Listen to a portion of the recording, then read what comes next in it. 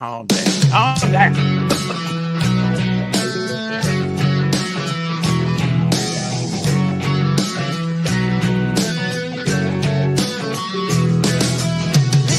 Is Janet from another planet?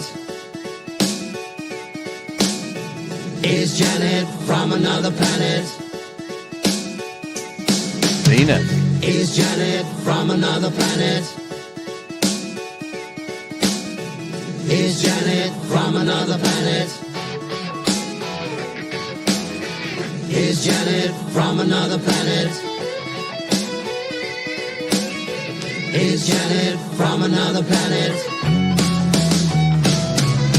Is Janet from another planet? Is Janet from another planet? Is Janet from another planet? Is Janet from another planet?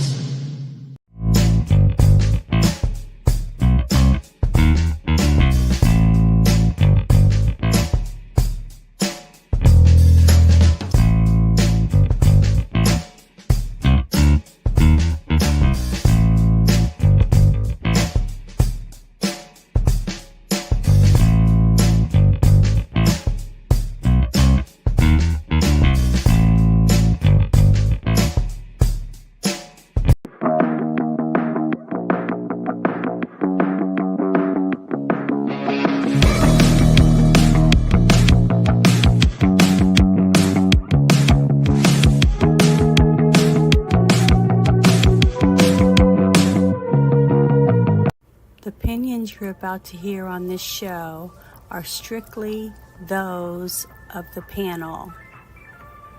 Today's digital landscape with the spread of false information can lead to dangerous outcomes. It's crucial for everyone to think critically and verify sources and reflect on the impact of what they share. Let's promote responsible communication to ensure that truth prevails and actions remain rooted in reality. The following program is rated TV MA LSV. It contains strong language, sexual situations, and violence. It is intended only for mature audiences. Whatever you do, don't fart. Hello, hello, hello. Welcome to the Friday Night Shit Show. And tonight, Shit. we have Devil Flyer. Hi, Rex. Thank you for joining me tonight. Oh, I'm a year older. I had a birthday. Tommy, Fuck, they got me. Collective. Thank you. The sniper's on me right now. I swear I'm not Indian. God, what the fuck? It's only my third eye opening up. Mosquito. Hey, thank you. Robin, thank you. Come again. Appreciate it. Peter. Well, thank you. So I was going to ask all of you, how is the shutdown affecting each of you so right now? Any of you can speak out? Right now would be a great time for a cricket sound. Oh, I don't know if my board's not working yet. That's Your when government's shut down? got Still? back I don't up. care. Yeah, who gives a fuck? Nobody missed But it. I don't have any sound. Nobody cares.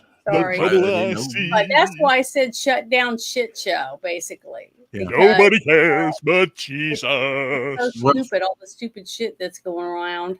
Well, from what because- I understand, it only affects like 17% of the government. And I say only, as time goes by, I suppose there's other things that can be affected. But, I'm sure we'll reach a resolution once Schumer, gets payoff or something.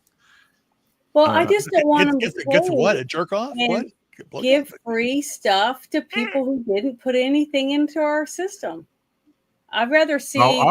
Exactly right. I mean, they're just. I mean, Schumer is just asking for everything that was cut out of the big beautiful bill or something. Mm-hmm. I mean, it's no money for PBS, which they don't need money. They've got properties like Sesame Street and other programs that can garner millions, and plus they can still have their telethons. They're not hurting for money. There's no reason to fund them to $50 billion a year. That's just crazy, Well, and you know what? Rex? Trim, look, we're a nation in debt. We're broke. We're not just broke. We're in debt. We're unfunded liabilities 300 trillion. If that doesn't scare you, Well, when you the know, information first started coming out about Doge, remember mhm, all the stuff, and they're not working on it right now. Well, I think they still are. They're just not doing it as much as yeah, fast because they are not getting any money, right? But the thing mhm, is, when all that shit started coming out, where all this money just from those NGOs and a few other things where that Doge money was going, and now we're finding out about Social Security and other things. I mean, just so much waste. I can't wait till you guys see some of the stuff that we're going to play tonight. It's insane, Janet. It really is. But I really wanted to touch on something that Rex was talking about just real quick. So he's talking about all these Democrats are talking about all these different. I mean, you're talking about it as well. I know Ruben has talked about it. Everybody has at this point. All these different programs that they want to fund that are absolutely not for American people. If all these Democrats truly did believe in everything they were saying, they would absolutely give up their salaries. I mean, right now that has already been on the table a couple times. Like let's stop government salaries until you guys can come to the table and work something out. If they truly believed in what they were saying, they would give up their salaries for the good of the people, for these people on staff. Hey, we want to go ahead and we want to donate our salaries so they could fund some of these programs. Why don't they do that? Why? Because it's all bullshit. It's all theater.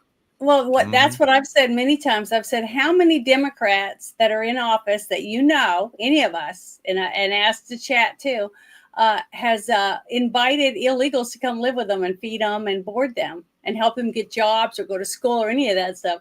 None that I could find. Hey, you know what? It's like the call to the Alamo, Janet.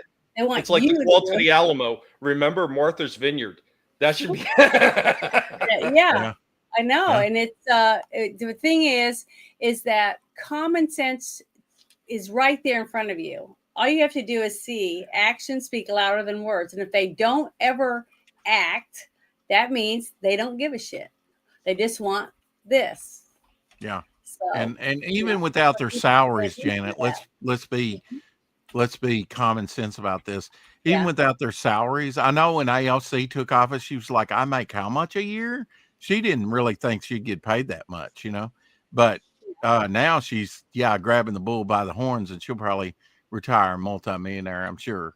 But she's already a millionaire now. well, there you go. I mean, and she hasn't been in office that long, but I think she's and already I heard that Nancy $3 million. Pelosi's retiring, but I think one of these days we'll probably I've heard this argument a long time ago that we'll long for the days with Chuck Schumer and Nancy Pelosi and all these old fogies, because young radical AOCs will be taking over. Yeah, but they'll take over a party, but the party will wither away because there are two things that the party's doing that are going to kill it. Yeah. Number one, they're getting more and more radicalized and more isolated, and basically going after the people who have the people at the top who have the money. That once the billionaires leave, then the millionaires will leave, and the 100,000ers will leave, and then they will always want to eat their own. Yeah. And then number two, on the other end, they're not having children. They will die off. So they need people to subvert subvert everybody. So that's how it works. Oh, and Janet, just so you know, Pelosi, she's almost $250 million. She's at $230 million. Well. Oh yeah, she got almost. Hopefully, we can get some of this money back from some of these people once we start prosecuting people. I don't know about that. I'm iffy on that. We have 3 years still. It's hard to believe that it's been a whole year since Trump's been in office, and we have such crappy people in government that we can't get anything taken care of. It just sucks. Well, there's a lot that we don't know that's been taken care of. I think that we just never hear about. They're not going to blow the whistles on, which is sometimes. I think that was the same way in the Trump first writing term. an executive order is great, right? But when our Congress doesn't even say, let's make this into a law, it's so good. Trump you're right. Most of the stuff that has been done has been through executive order, and it really shouldn't. And that means as soon as the new Biden gets in, it's gonna go right back to the same shit, because they can just pull it all out. If it's a law, that won't happen. So if these people that are in there right now that have I'm shocked they've kept it. I'm shocked that the Republicans haven't caved already, honestly, because we've got so many rhinos in there. It's like a rhino farm. It's not even. I don't even call them Republicans anymore because they're not. They're rhinos. It's a I would agree with rhino that. farm. Yeah. And with so many of them, I'm shocked that it's lasted this long because I kept saying, please, please don't let them cave. Because if they cave, we'll never win another thing ever. We'll never win. We'll not see anyone prosecuted. We won't see any money coming back. We won't see Doge be able to finish their job trying to get rid of all the people that are on Social Security that never put in a dime on it, and people who never stopped getting a check even though they're dead and buried for 50 years, stuff like that. And anyone that's cashing those checks, I want to see them arrested. I want to see people punished for breaking the law, because if it was you that did it, you'd be arrested for it. So why is it okay to arrest all of us taxpayers that care about stopping the waste, but it's not okay to arrest any of these people that are just going in the stores and taking out whatever they want and walking out with it free of charge, but we're paying for it. So when we start seeing some head spin, then I'll be a lot happier. But this thing I wanted to start off with was, it's kind of good news, but I wanted to start off with something a little bit good instead of being all crap. So I've got a few good things mixed in here, but can you guys see this? Yeah. Okay, here we go. Good evening, everyone. My name is Bobby Bartels. I'm a proud member of Steamfitter's Local Union 638. And like many of my fellow union members, I've been a Democrat my whole life. And like so many of my fellow union members, we have come to expect empty promises from Democratic politicians.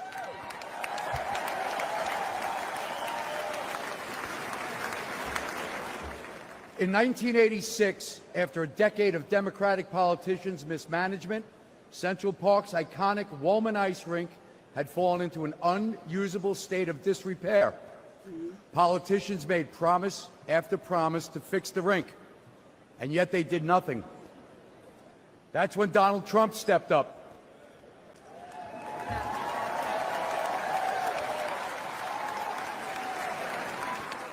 He wasn't mayor, he wasn't running for anything, but he was a guy who cared about people, and he knew how to get a job done. He put his money and his reputation on the line and committed to getting it built. He did it using skilled local union labor like the men of Local 638.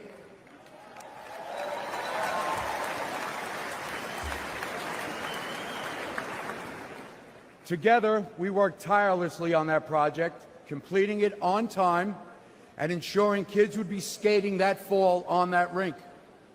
And a quick note to President Biden, that involved working outside the hours of 10 a.m. and 4 p.m.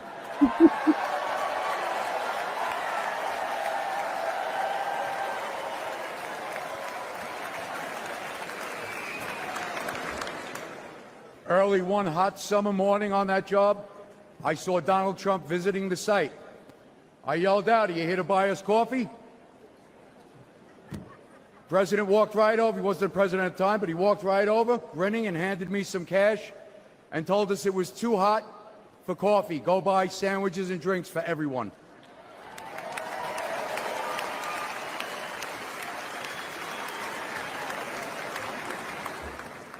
Now, more than ever, we need a president who knows how to get things done.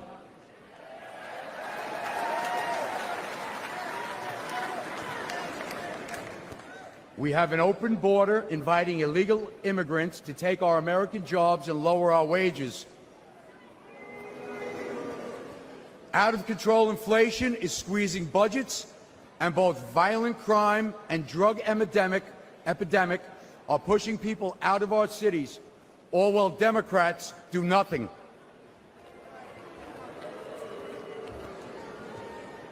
That's why this union Democrat will be voting Trump along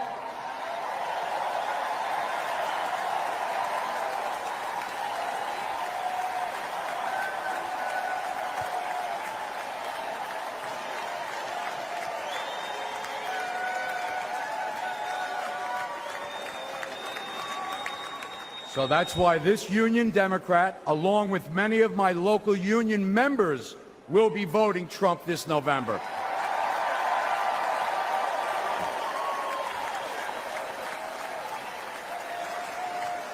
So that we can take back the middle class, take back the country, and rebuild the middle class that my union has helped build over so many years. God bless America. Thank you. Okay, the reason I wanted to play that is because nobody, not one of our news agencies, hardly anyone talks about this. All the things that Donald Trump did before he was even president. With his own money, he helped people, total strangers. Remember, I've played a couple little videos. That one lady that was walking down the road crying her eyes out, a black woman. And she was depressed and sad. And Donald Trump was standing outside of his hotel or a hotel and stopped her and started talking to her. And he prayed with her and he handed her something. And she said, when she opened her hand after he hugged her and walked off, he gave her $100 bill. And she took it home and she said she framed it. Are you okay, Ruben? No, I gotta go. Okay. I gotta go. Basically, I'm saying to myself, oh no, not again. So, okay. Well, you have a good evening. yes. Take care, guys. Bye. Talk to you later. Bye. Later. Well, I wanted to, oh yeah, he's been having a lot of problems, but he'll be okay. We just have to let him do it his way. Basically, that's why he's even gotten as good as he is, because he's doing it his own way. But I just wanted people to hear, coming from a Democrat, a union member, people that are always told that if you vote anything but Democrat, you're a traitor, basically. Right. So we have people like this man and many of other people that work with him voted for Trump. And this is in like all the big cities. You think about it. So there's many people there that care and don't want what just happened in New York City.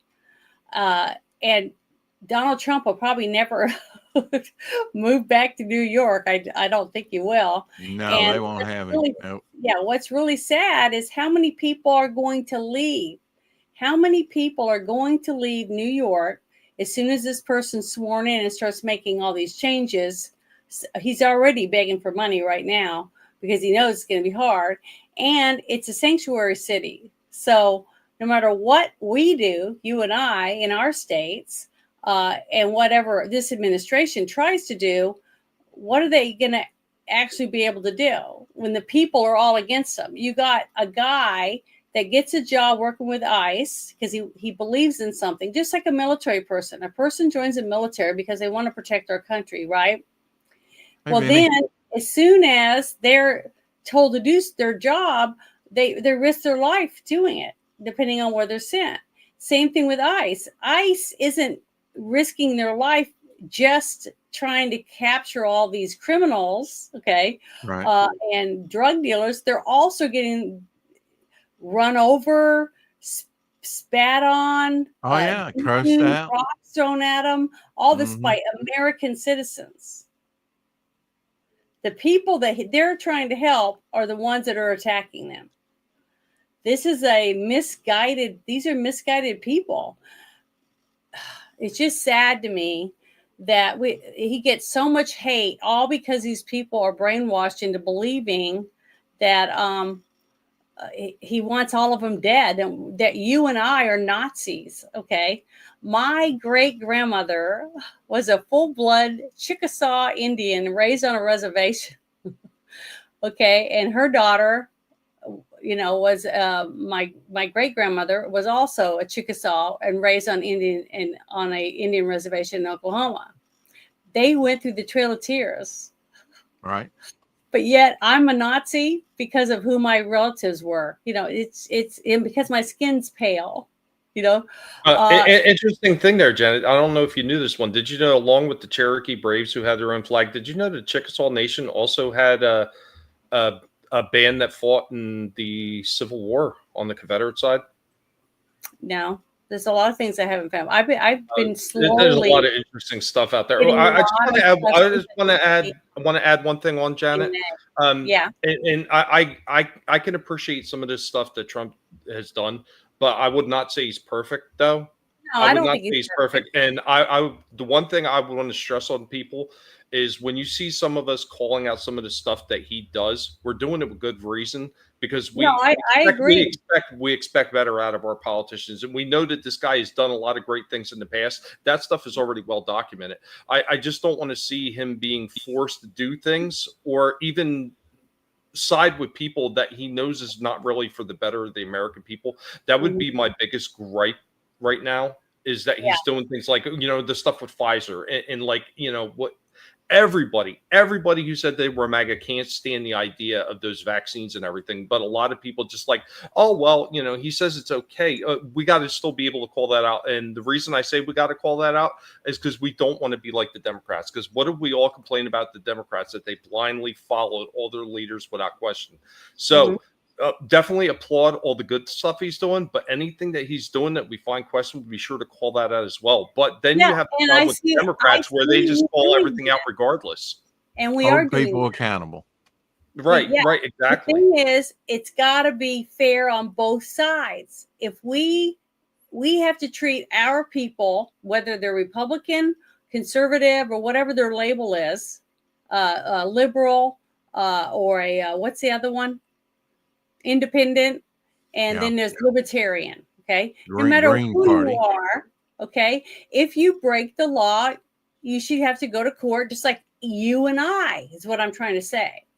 Okay, the thing is that I'm sick of seeing people blindly walking around, jumping on people when they're trying to do their job, that type of thing. That's like you go into the grocery store and the cashier is ringing up your food and you go, you fucking whore, why are you charging me $5 for that, and slapping them.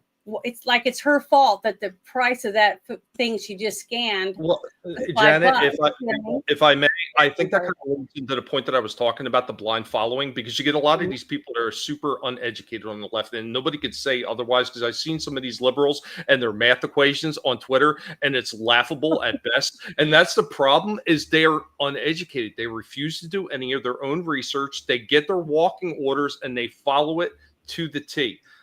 That is absolutely ridiculous. And that's how we wind up getting in the situation we're in right now with Poopy Pants and everything that he screwed up. And we're still kind of suffering with all the shit that he did. I mean, you look at the highest rate that we'd ever seen in inflation under Joe Biden at 17%, a huge 17% jump almost overnight. There has never been another administration that has screwed up the economy quite as much as this guy did. But you still have these Democrats on the other side. They refuse to listen to reason. They don't want to hear it. It's all about their fifis. And this shit, it really needs to stop. And the only way to really start correcting this problem is we got to get them at the early ages. We got to be able to teach these kids common sense shit in schools. And I really think that's where we're all going down. I know when I was a kid, I started seeing a lot of the shit that we wanted to get pushed like really heavy later on. It started in the freaking late 70s, early 80s. Like most people don't even realize. I mean, it goes back even further than that. But I mean, when you really started taking notice, it was in the 70s and 80s. And it really has gotten so much worse to date. And if that problem is corrected with curriculums in schools and being able to teach kids the actual necessary skills they need to be able to survive in the workforce and in public in general, this situation is only going to get worse. But see, that's another thing, and it's our fault as parents. When you're not active with your kids that you're sending to the local school, you don't help them with their homework, you don't know what they're even doing in school because you don't go to any of the functions because you're too busy or you're too tired or whatever it is, that's on us. So seeing parents going to the schools, getting upset and speaking their mind about certain things they're finding out, about what's in their libraries and what they're being taught in the classroom, and then being told not to tell their parents, all those different things. It's nice to see that, but it's sad to me and heartbreaking, the fact that we have to go and fight our schools now to protect our kids. Yeah, but that was all, I kind of laughed and I'm all for the parents standing up, against all this crap, with the bathrooms and what they're being taught. And we don't have to tell you what we're teaching. That's antithetical to the founding of this country, to any common sense whatsoever. A lot of these people should be fired, jailed just for statements alone. But regardless, uh, I don't think that I think it is on both sides. When you've got Republicans fist bumping people down on the floor, that are on the other side, and I mean on the other side, I think it was the vice president that was fist bumped by a Republican, and this has been a while back, but it's like, come on, man, really?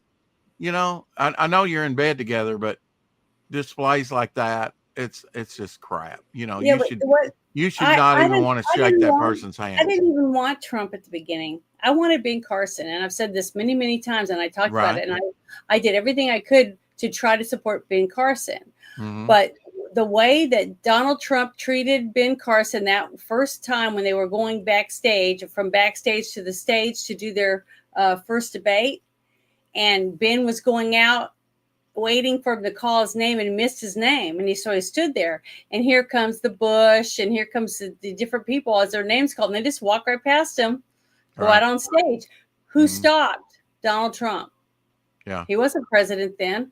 So character comes out on the way you treat people. And you're not Absolutely. ashamed to treat people a certain way. Certain Mhm. things that Donald Trump has done, like when he reached out and touched that veteran on the face who had no hands, when he was at a veterans thing with his wife, and he didn't, no one else would have to do it. They just tap him on the shoulder or whatever, But the fact that Donald Trump did a personal attach, trying to make contact with this man, seeing he's what he sacrificed for his country, that type of thing, it made me start seeing him a little different.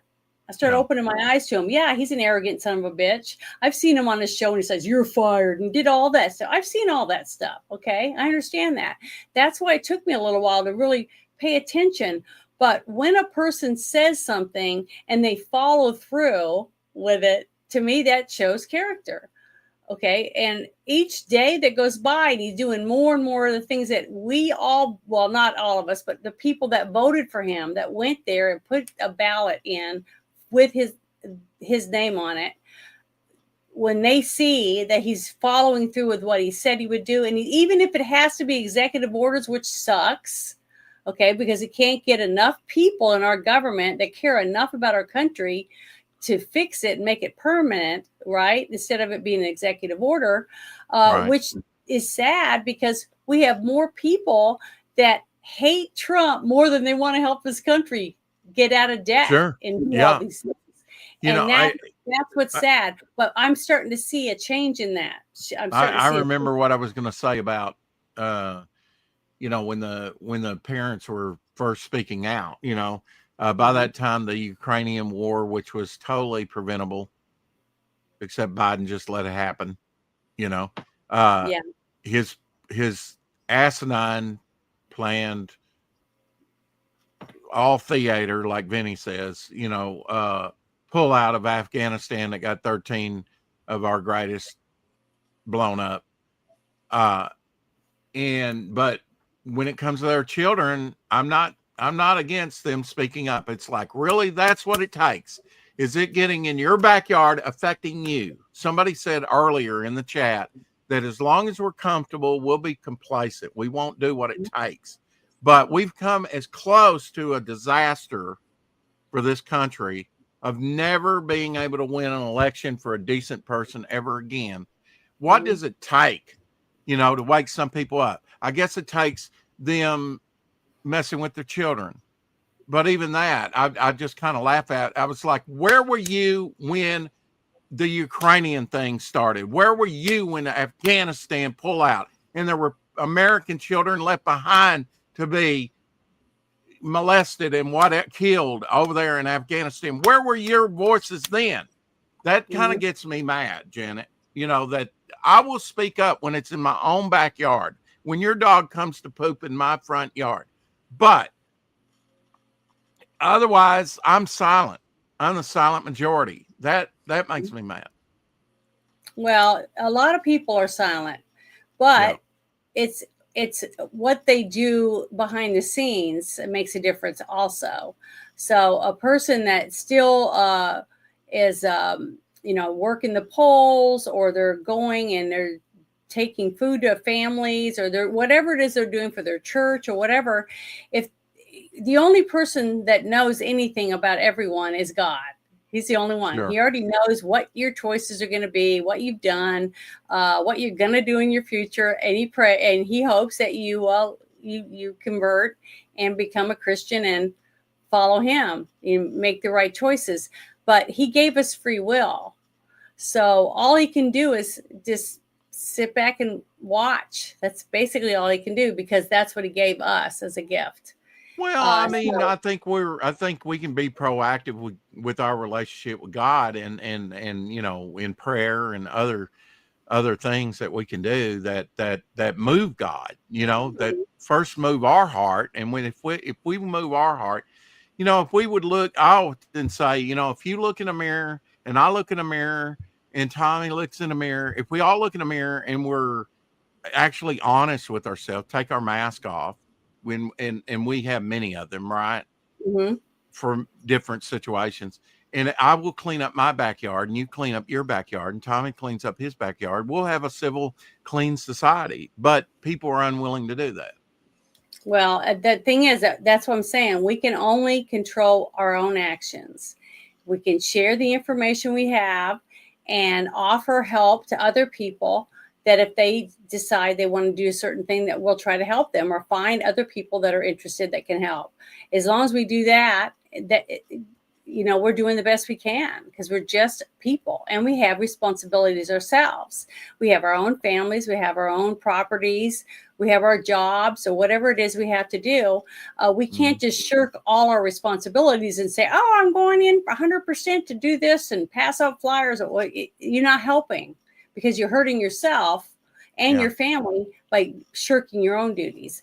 And God wouldn't want that from us in the first place. But this gentleman, I thought, was very interesting what he had to say about all the things that's going on right now. And I thought it was great. So I want to play this real quick for everybody. Here we go. You can't make this up. Congratulations, New York. You just elected a man who promised that he was going to pay all of your bills using the money from anyone who makes over $1 million a year. So before we fast forward to the oops, we're broke part of this story, let's talk some numbers. Currently, there are roughly 80 to 90,000 millionaires that live in New York City, and about 125 billionaires. And between those two groups, they already cover about 48% of all of the city income taxes. But now, Mom Donnie would like to jack up their taxes another 2%, as well as hike up corporate rate taxes on top of it. And y'all are all out here thinking that he sounds like Robin Hood. But here's what's actually happening. 10 to 15% of those millionaires are already planning to leave. Another 10 to 15% of the billionaires are shifting residency or moving operations out of the city. And another 3 to 5% of major companies are preparing to relocate entirely. Good Sorry, for I left them. my crayons at home for this one. But that is a guesstimated $1.3 to $2.4 billion in lost tax revenue every single year. And when that money walks out the door, the city is not going to be chasing the rich. It's going to be chasing you. Because when the top leaves, the bill always trickles down. So when your rent starts to climb and your city taxes rise and your grocery bill goes up again, it's not because the rich got greedier. It's because your mayor ran the investors, the jobs, and the tax base out of town. And the only thing that's left to tax then is you. 100% truth. And the sad truth is that most people are still going to go, if Trump hadn't done this and hadn't done that, I wouldn't be stuck where I am right now, because I can't afford to pay my way. You see what I mean? So it's because of the brainwashing. Just like I said, they say that I'm brainwashed, but I'm not. If they sit and have a conversation with me, which they won't, because every time I ask them a question, about something, it ends up being an argument, because it always goes back to, you hate Black people, or you hate Mexicans, or you hate, whatever type of stuff. Yeah, we used to have a longer tolerance. We used to have a longer tolerance for different divergent opinions. Now it's like real short, cut you off at the knees. I don't even want to hear it. You're not my best friend anymore. It's like, wow, I just said hello, and I voted for Trump. or whatever, Well, it's Um, because, okay, it is so many different things. If most people, in relationships or with anything, a person points a finger at you and accuses you of something. Why? Because they have a guilty conscience, because they've already done it. Almost every person I know whose spouse cheated Well- on them accused them of cheating. Well, we first. saw that with the Democrats where they were going traitor, traitor, traitor years ago, when actually they were the traitors with their actions. I mean, think about it. Everything that Trump They was turn accused it of, around. What they're doing, they turn it around and say the other person is doing. They project everything that what Trump they're was doing. accused of. Mhm. If you look at Hillary, Pelosi, some of the top people, the Democrats, every one of them have done it. Okay. Yeah, we need to learn, even on YouTube, we need to be directing people to like wall builders and other places like that are talking about the role of government, the proper role of government. How did our founding fathers look at that? How is government supposed to be ran? And there's lots of documentation. And where did all these, founders get their sources from? Yeah. And what other governments did they look at to comprise our government? Because I do believe we got the best system ever set up. We've lasted longer than anyone, and but with this form of republic that we have, but I really believe we're kind of post republic right now. We're off the rails. Somehow we got to get back on track. And what really gets me, Janet, is you have somebody like Carter come in. Okay, it takes a Reagan 8 years just to get us back going, and then you got an Obama comes in. It takes a Trump, 4 years, 8 years to get us back on track. Yeah, but Clean up the thing is, mess that they make. honestly, each time we go in and we try to fix it, okay, afterward, it never gets completely fixed. There's still laws on the books that are bullshit. Yeah. Look at the Social Security mess. Just that one thing is going to take a lot of work to fix. And what Sure they'll do is is. they put Yeah. Band-Aids on everything, but they don't actually go in and do surgery and fix Well, it. if they would it- pass a penny Era. tax, and you can't even do a penny now, it's because of inflation and everything, and it has to be 6 cents tax. Saying that's Yeah. just going to climb if the longer we kick it down the road. And yes, Clinton should be held upon responsible for spending all that money that he shouldn't have spent, and they say, well, we balanced the budget under Clinton. No, you didn't. Look at the own government numbers, and I'll tell you, it was a scam. That he didn't do that. He spent And that's money why that they didn't and want boasted, and so they did didn't want Obama and Trump Biden. in, because the they knew numbers. Trump was going to dig around and find things, okay, and put different people in there that weren't controlled already by the Democrats. And when he picked Elon Musk, because Elon offered, hey, I'll get a team up, and they'll go in. These young men and women that went in there were young people that are go-getters that stepped out of college to take the job to do this Doge thing, because they knew if they could go in and do this, how good does that look on their resume that they saved our government so many trillions of dollars? You see what I mean? Well, I mean, just seeing the stats of the payoffs. I mean, we saw even Schumer. Schumer, yes, and Pelosi, yes, but there were even higher paid, even Republicans. On some of these. The thing is, anybody can go on X and go to the Doge X page and find out anything that they've got on there. They've been posting every single thing that they found, and they had meetings once a week and all that stuff, so that anybody can see it. Because Trump said he wanted transparency, and he's doing the best he can, I feel. To show everything. That's why he does so much. Everything he signs, he does it with people and news around, because he doesn't want to ever be accused of what he's been accusing Biden of doing. Vinny says we need protection from AI laws on the books. Absolutely. And no government intrusion on like forums like this of the internet. But we also need to protect our grid. And we could do that for a couple $1 billion, which is nothing to the government. Spend the money. It'll take about 6 years to fully implement, protect our grid. If it goes down, we're back to the Stone Age. We're dead. Well, I would say that was one of the things we kind of touched on a little bit last week when we were talking about AI and the dangers of AI. At least I know I was. Yeah. But yeah, like people don't even realize how dangerous that stuff is. And we're talking about, you know, like the arts and everything. We talk about artists being ripped off for their artwork, musicians being ripped off because a lot of the AI generated music is actually stealing from real artists.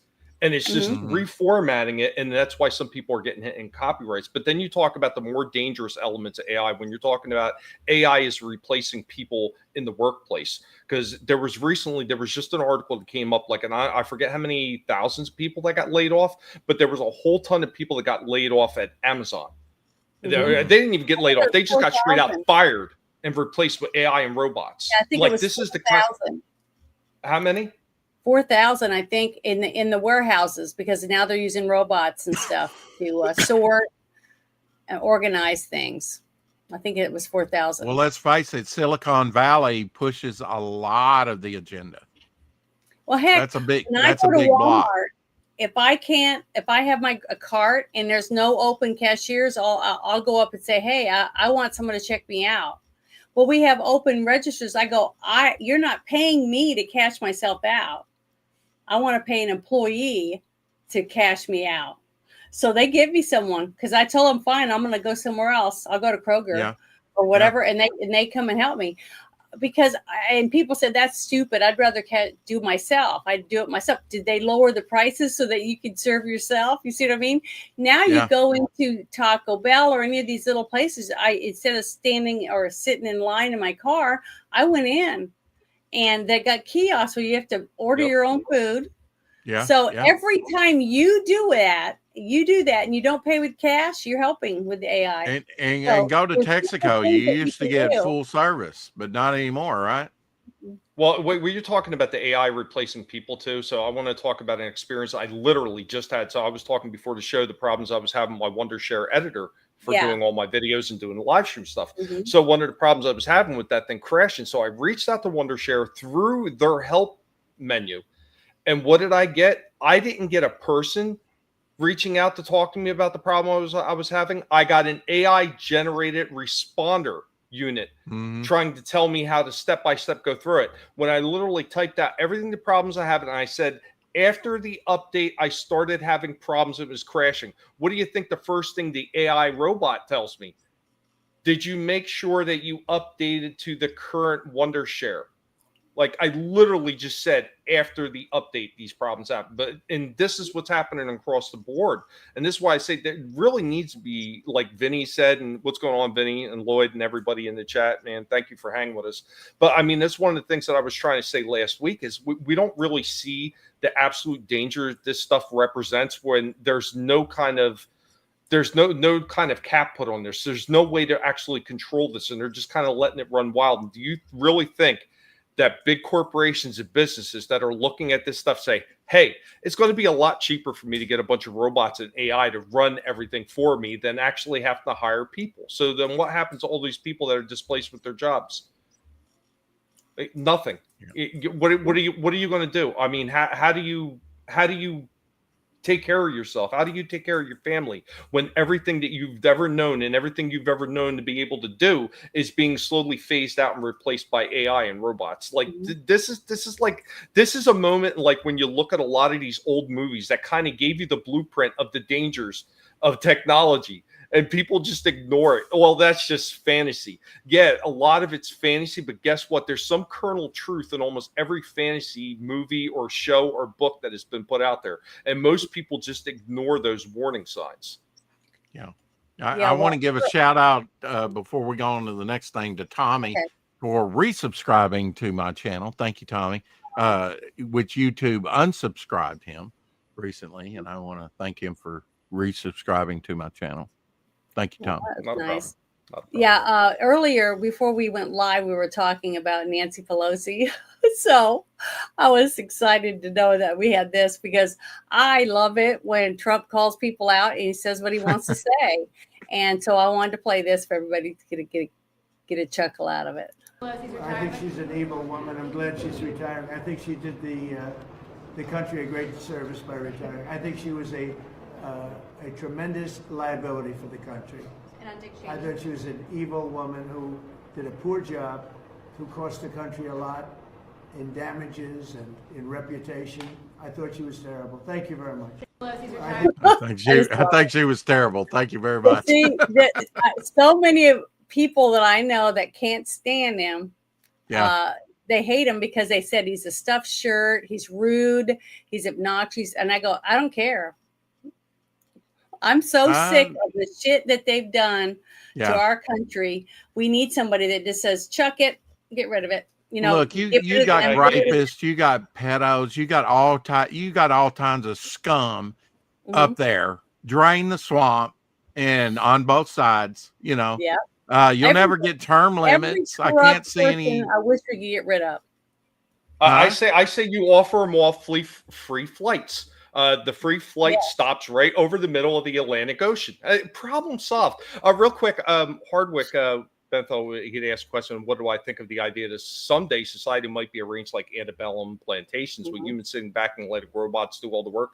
I don't see it happening. Reason being is because the only people who are going to be able to afford all this kind of stuff are the filthy rich. So the average person, no.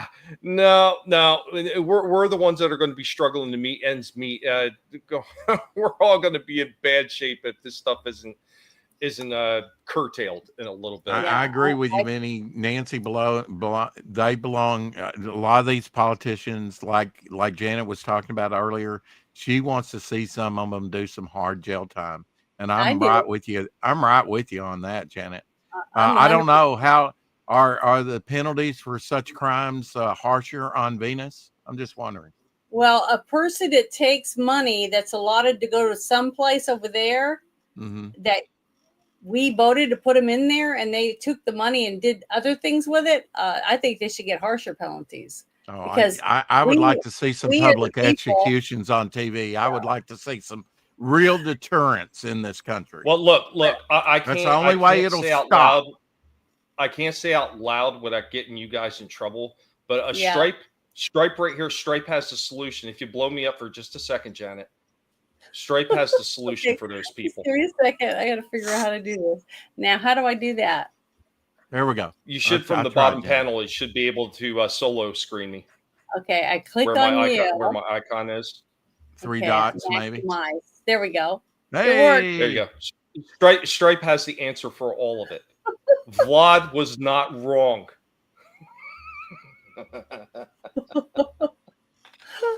Oh, he's so cute. Now, who made this picture for you? Guinea pig? Mm-hmm. Yeah, Stripe. That's my heart icon pig. My daughter did all That's these. Right. So that's what I wanted to say. I can draw, but I have to be in the mood to draw. I'm very weird like that with my art. I have to be in the mood to draw, or I won't be able to draw at all. My daughter, however, can draw whenever she wants, and she's really good like doing these like chibi type things. Yeah, that's really good picture. She did an excellent job. The finer details is in there, which most people don't even notice. So if you see it looks like blood on his mouth and his sword, it's actually carrot juice. Yeah, there's little carrots flying around in the air. It does look like blood background for definitely, Yeah. Well, it's dramatic. It's dramatic. Red is dramatic. Yeah. I think it's great. That's why I don't know why some of these new news agencies, I go to the bank and they've got a screen behind them, and it's always Democrats up there giving their rebuttal for something that they don't want done, that they're blockage, stopping, like all his appointments. Start the confirmations. Let's get going. Quit being constipated all the time. You're not in there to be a blockage. I think he's doing a great job. I think everybody that he's put in there so far is doing a great job. I've been really impressed with all of them so far. Until, I'm going to give them their year. It's like I said, we got another month and a half. So once we get past that, then I'm going to start being a little harsher on a few of them that nothing's happened with yet. But stuff's moving along. So as long as it's moving, toward a direction. I'm going to try not to be too much of a bitch about it, but I Better really like who tomorrow. this guy is. So let's hear what he has to say right here on this. Yeah, go ahead. Brennan, Obama, Monaco, all conspired together, all worked together to try to sabotage, undermine, unravel the democratic institutions and structures of this country. The Russiagate hoax, the Russiagate conspiracy, and all of the assaults against our liberties that went with it, the pre-dawn raids, the handcuffing of innocent Americans, the espionage against President Trump's campaign and staff, the removal of his national security advisor, one fake indictment, one fake charge after another, the special counsel, all of it was a unrelenting attempt to overthrow the government the American people voted for.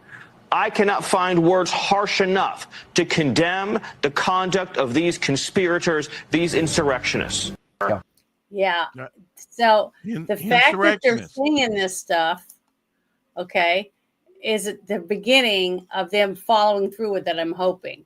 They're crossing all the T's and dotting all the I's and getting things prepared. But just like you said, if they don't get all these judges confirmed, who's going to prosecute these people? See what I mean?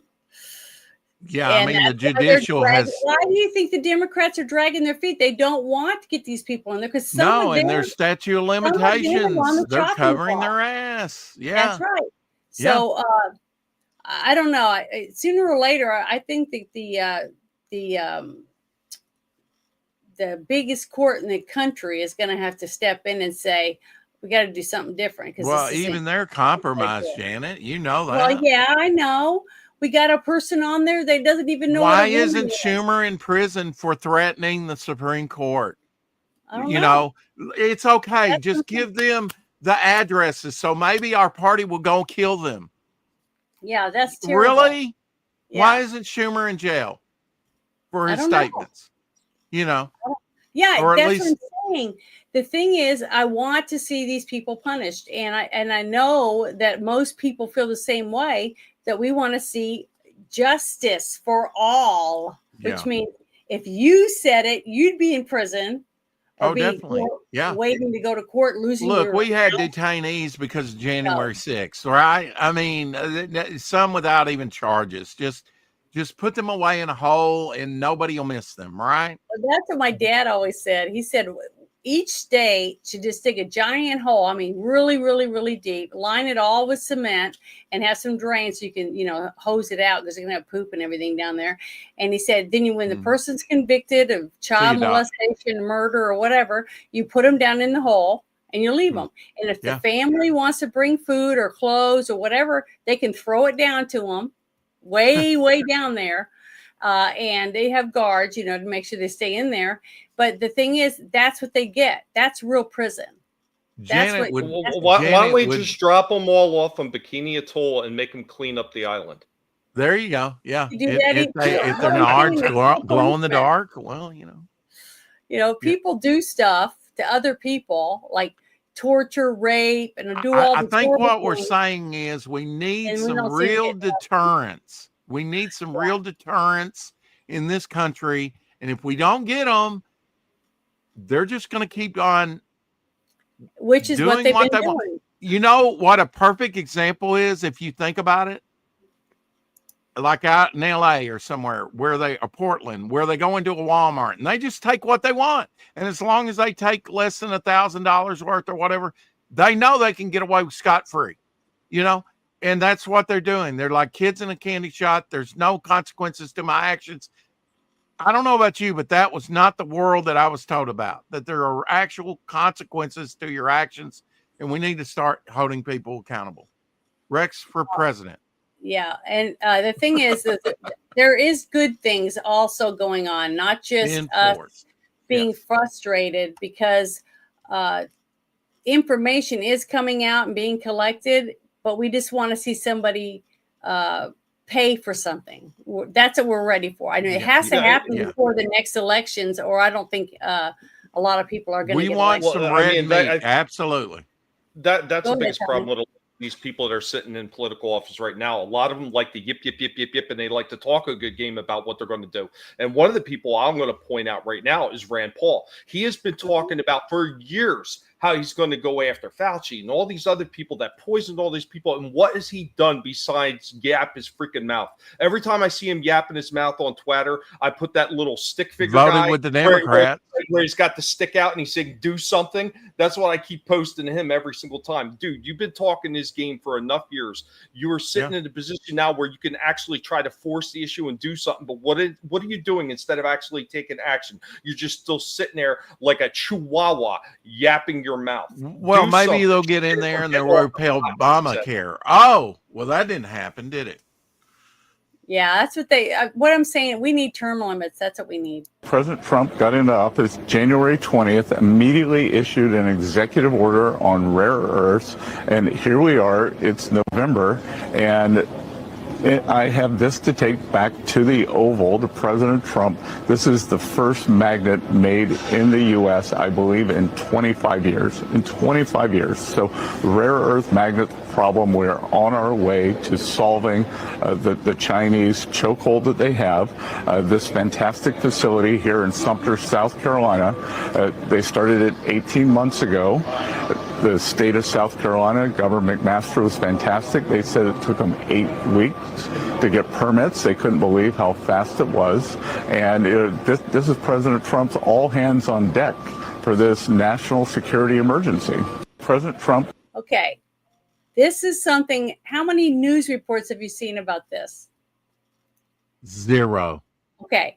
This is a good thing that Trump did way back when he first got in office by saying, we got to open this up. We got to get these people some jobs. We got to start mining for ourselves. We got to start becoming an independent country to where we are not waiting on all these other countries to give us whatever it is that we need. When we have everything here, we are the biggest, most powerful country in the world, and we're the youngest. But we have good people. They're really good, hardworking people that live in every single state. I don't care if it's New York or California. There's good people there still. Yeah. Okay.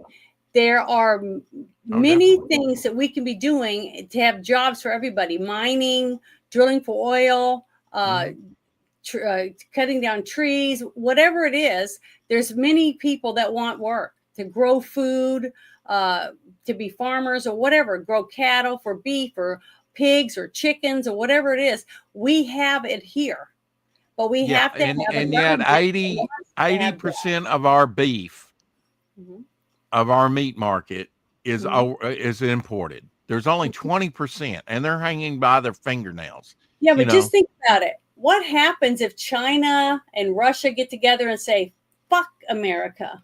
We're going to cut off their food supply. And they put poison or in medicine. They are making most of our medicine. All they got to do is put fentanyl in some of this stuff. It's going to kill half our country. We should not be relying on all these countries to give us anything. We should be the exporting. Absolutely. And so maybe we'll take something from you. See what I mean? This is another thing, Janet, that kind of started in the 80s with that kind of whole throwaway society where everything needs to be cheap so we could just throw it away. Let's not make things that last. I mean, and that was actually a shift in the culture, especially with the younger generations, where they feel like they should be getting more for doing less, and nobody wants to put in that hard work anymore. And I think that's one of the things when you get back to the education aspect. If you teach these kids the right way and they learn, hey, you put in a good day's worth of work and you're going to benefit from it. Your community is going to benefit. Your families are going to benefit. Your friends are going to benefit. And we need to get back to that. And if we can't get back to that, you're going to see more of a degrading aspect to our society. Because unfortunately, if you watch a lot of these kids nowadays, they really expect to get something for absolutely nothing. I mean, how many times have you seen the little barista girl at freaking Starbucks feel like I'm not making a living wage for basically what is a starter job? You know what I mean? Yeah. This is not supposed to be a career, lady. This is just supposed to be a part-time job. And they really do think that they should get everything for nothing.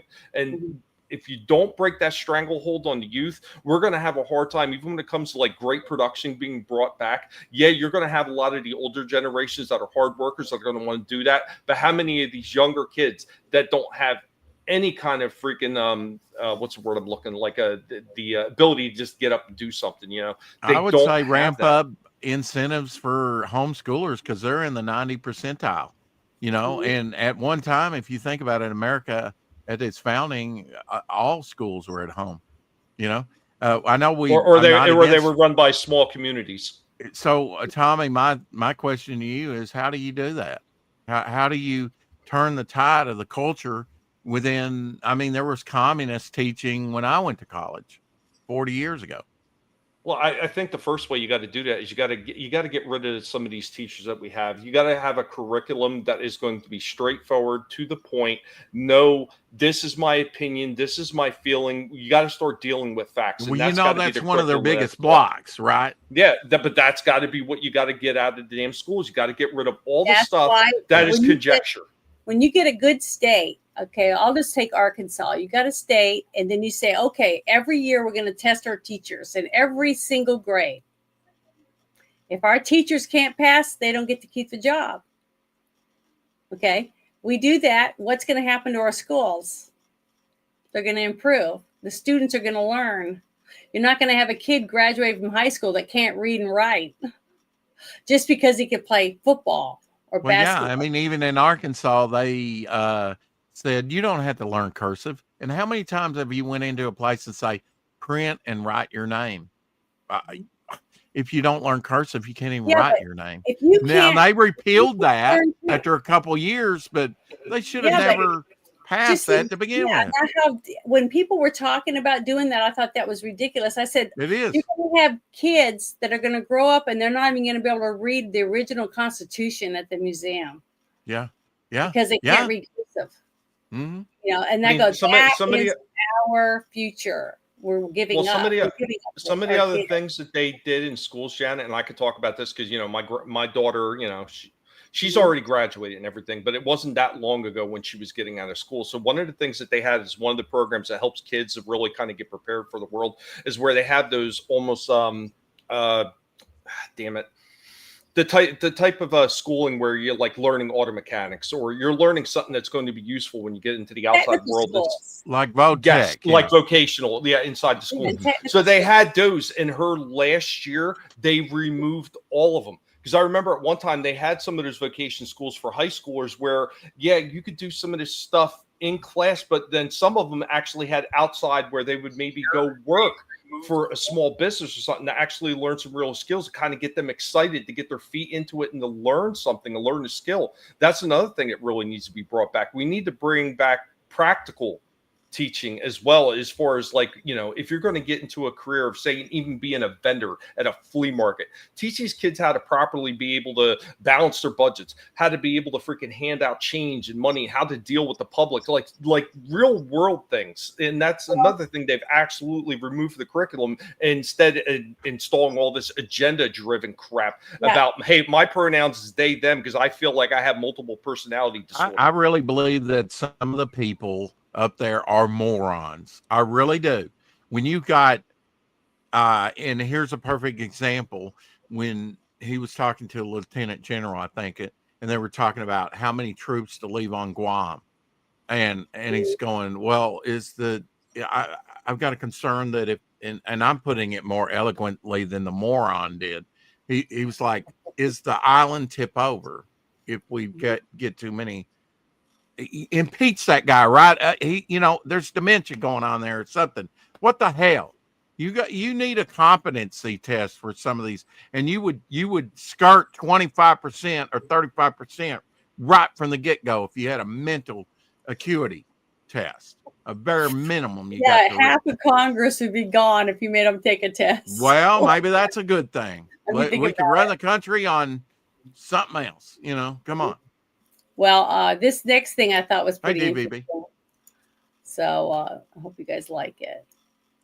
But we're starting to get into some of the stuff that a lot of us have been talking about since the election in New York. Skills coming back to America. Woohoo!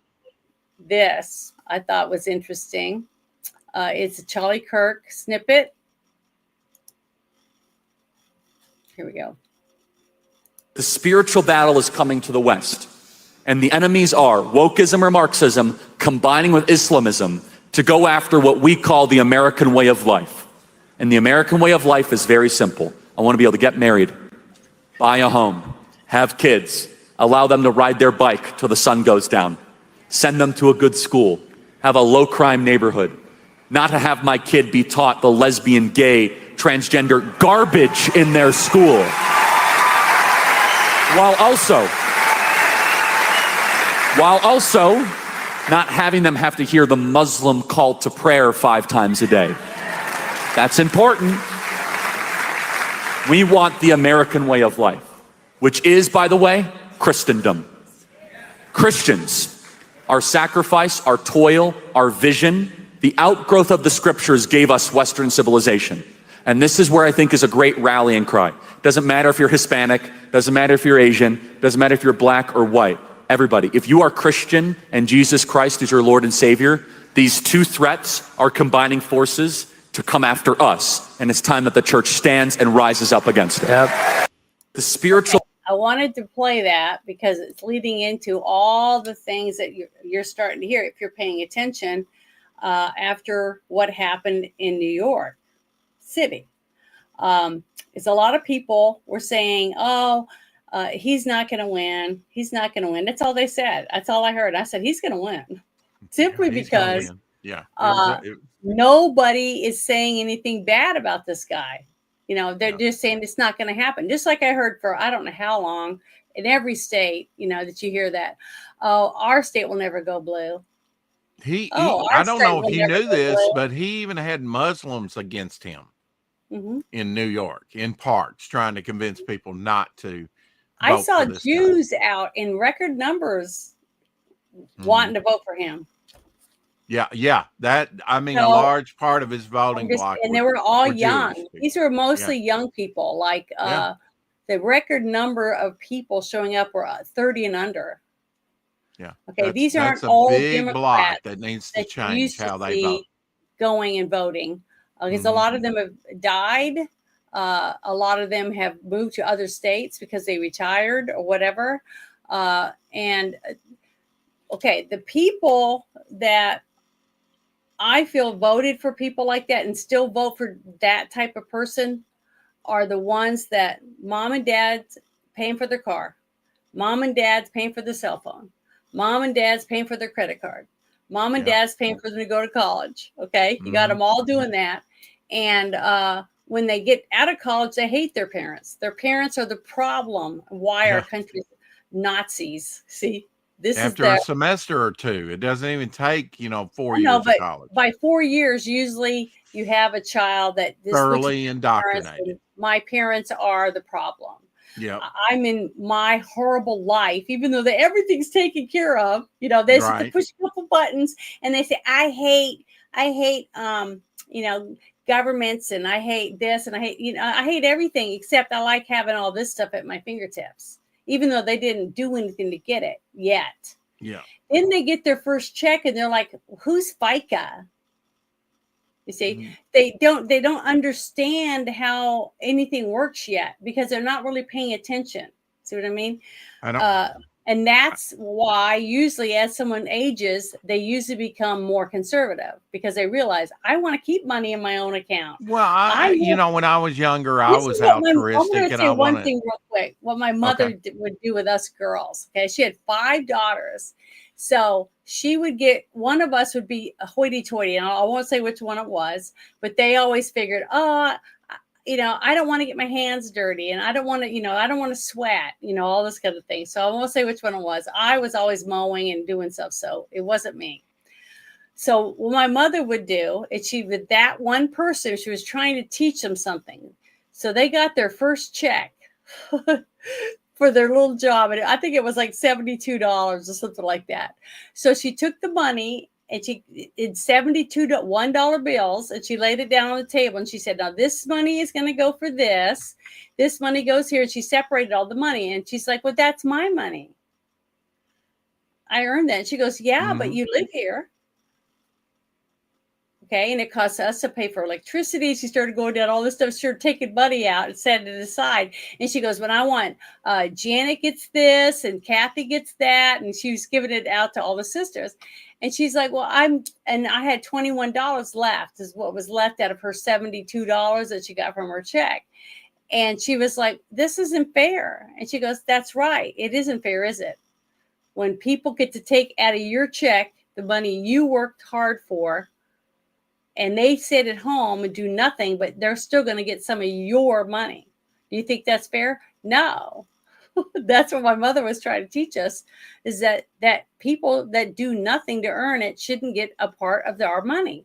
There's something they can do. There's got to be something they can do to help their communities to earn a little bit of the money. And that's through our tax money mostly. You know, I mean, that's what she was talking about. She was trying to teach my sister about taxes. I think we talked a little bit about brands like, that blows my mind, like Nike and other money that we've given them has been weaponized in the last few years against the consumer, to go to the money that we initially gave them for the products is being used against us, to destroy our way of life. It's crazy. Yeah, that's when I happily boycott and never buy their product again. Especially with Nike, that's problematic with the slave labor and everything. Anyway. Yeah, I mean, the thing is, if you don't have to pay somebody a decent wage, it's not. It's like there was somebody, I don't know. I think it was in a space, and they were talking about how they build things. They build, businesses and things like that. They do construction, and he hires different groups of people to do the plumbing and the electricity and the woodworking and the cement and, the different things that you have to build a building, right? And he said he would call this one group of people every year, for different projects, 4 or 5 times a year. He would always come, and that the guy would fill out the paperwork and said, here's all the paperwork. Everybody's legal. This is their, all their information or whatever. And then he said he called them recently after Trump did this whole thing about, getting ice on all these groups, pushing down on them, telling them you're going to get arrested if your company has these people, that kind of stuff. Mm-hmm. He called them and said, hey, I need a group of 20 or whatever to come out. And he goes, I don't have anyone. He said, all this time you were telling me of these other jobs I did that none of those people were legal. So basically he didn't have any legals at all working for him because he was using dirt cheap labor and not having to pay benefits or anything. So hopefully that guy's business will go out of business because he doesn't hopefully deserve it. that person is in court going to jail for skirting the system and not playing that stuff. I mean, yeah, he's gonna get his bottom line is gonna grow, right? His income's gonna grow because he doesn't have to pay insurance and other things for his employees. Absolutely. That's disingenuous. Go by the laws of the land. We've got laws in place. We just need to enforce them. It's not rocket here science. Is a group. I think this is in England. Let me read this again. Hold on. Let me see real quick. Okay. Because a lot of people are talking about what's going on right now in England. Okay. Is coming to us if we let it. Okay. Because all you got to do is look at Dearborn, Michigan.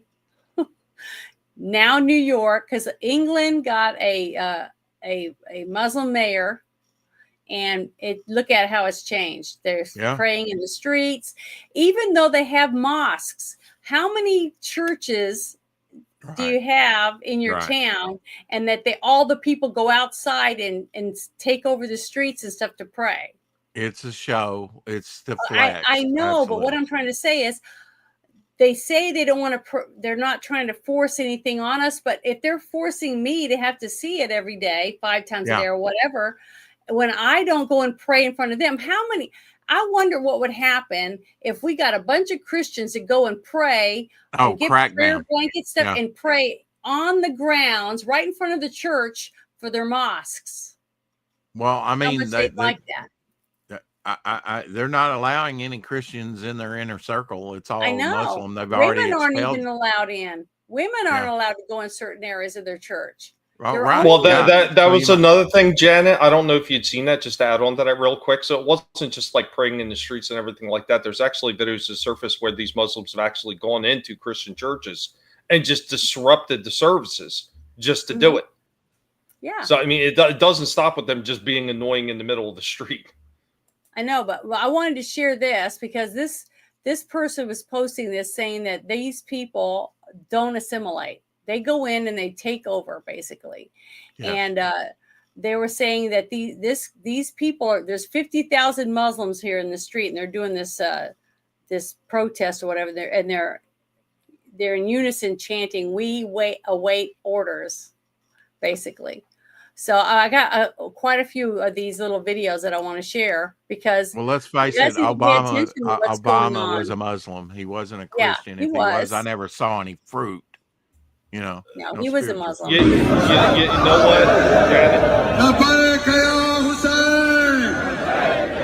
what? Muslims need to be deported and banned from Western society. Every single last one of them. And if you're going to come into my comments and say, "Oh, Nathan, that's not very loving and Christian of you," piss off.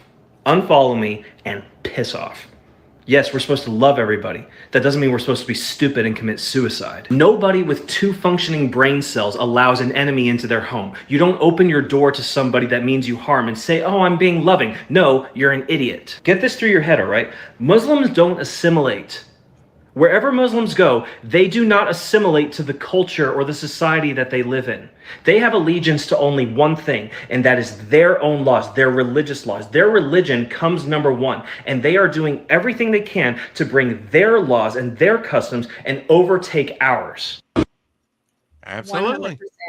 100%. Yeah, I wanted to share that because that's what I'm trying to tell people is when you pack up your stuff and you move to Mexico, okay, you can't just go there and live in Mexico and do whatever you want. You can't even become a citizen there. And that wasn't hate speech. That was not hate speech, Janet. No, I didn't think it was hate speech. No, that was not hate speech. People will put that off as hate speech, but it's not hate. That's why I played all the things at the beginning of the show. These are our opinions. You're and we have such the a right good to host. have our opinions. You thought period. this through. So the thing is, I've been doing this for a little bit, and I have gotten in trouble a few times, but mostly for like medical misinformation because the Surgeon General of Florida said that he was stopping the shots because it alters your DNA. And they said I was spreading medical misinformation. It's the Surgeon General of Florida. You know, it doesn't, and it's up on Tucker's channel. But yeah, because Tucker has 100 million people watching his channel. I have 1,000. I'm just not worth having it up there. I have to have my channel taken down. You're small fry. I mean? Yeah, I'm a little nothing. But the thing low is, hanging fruit. It's important that people see things, just like the whole thing about us, Trump signing an executive order and fixing the mining stuff so that we can start making magnets and certain things in our own country. Yeah. All this takes time. I would say to what Tommy said, you know, churches, they need to have security. They need to, they don't need to get past the front door so that they can go in and disrupt the services. Yeah, they don't need to get past the front door. No way. What if they came in with a bomb? They just drive into it. They just drive right into your church. Okay. You know, Janet, there was something I seen earlier, and I wish I knew where it was, but I'd seen this one article you were talking about that they said they don't have to assimilate. So there was this one Islamic woman talking about, you tell us when we come to your country, we have to assimilate. We do not have to assimilate. Who are you to tell us we need to assimilate? Like the same thing you were saying. She literally just comes right out and just says it. And they're getting a little bit more bold with this stuff. Well, and of course, you've got the dumbasses who don't say it. They don't see it yet. People aren't seeing it, but once they stop getting the free stuff, because my state, I'm telling you right now, is not going to send them money to bail them out because they're in over their head. So when they're not getting the federal money, because I can't wait to see that happen because Trump's already said you're a sanctuary city, you're not going to get federal money if we can't send people on there. But I want to play this for you because it's very, very interesting. All of this stuff, it gives you a little bit more information about different things and different points of view, and I like that. Cut the purse What strings can and they happen, will not come that it to the always table. happens, what can happen to young women? You send them away from your home, away from your dinner at night, away from your church on Sunday, away from your influence.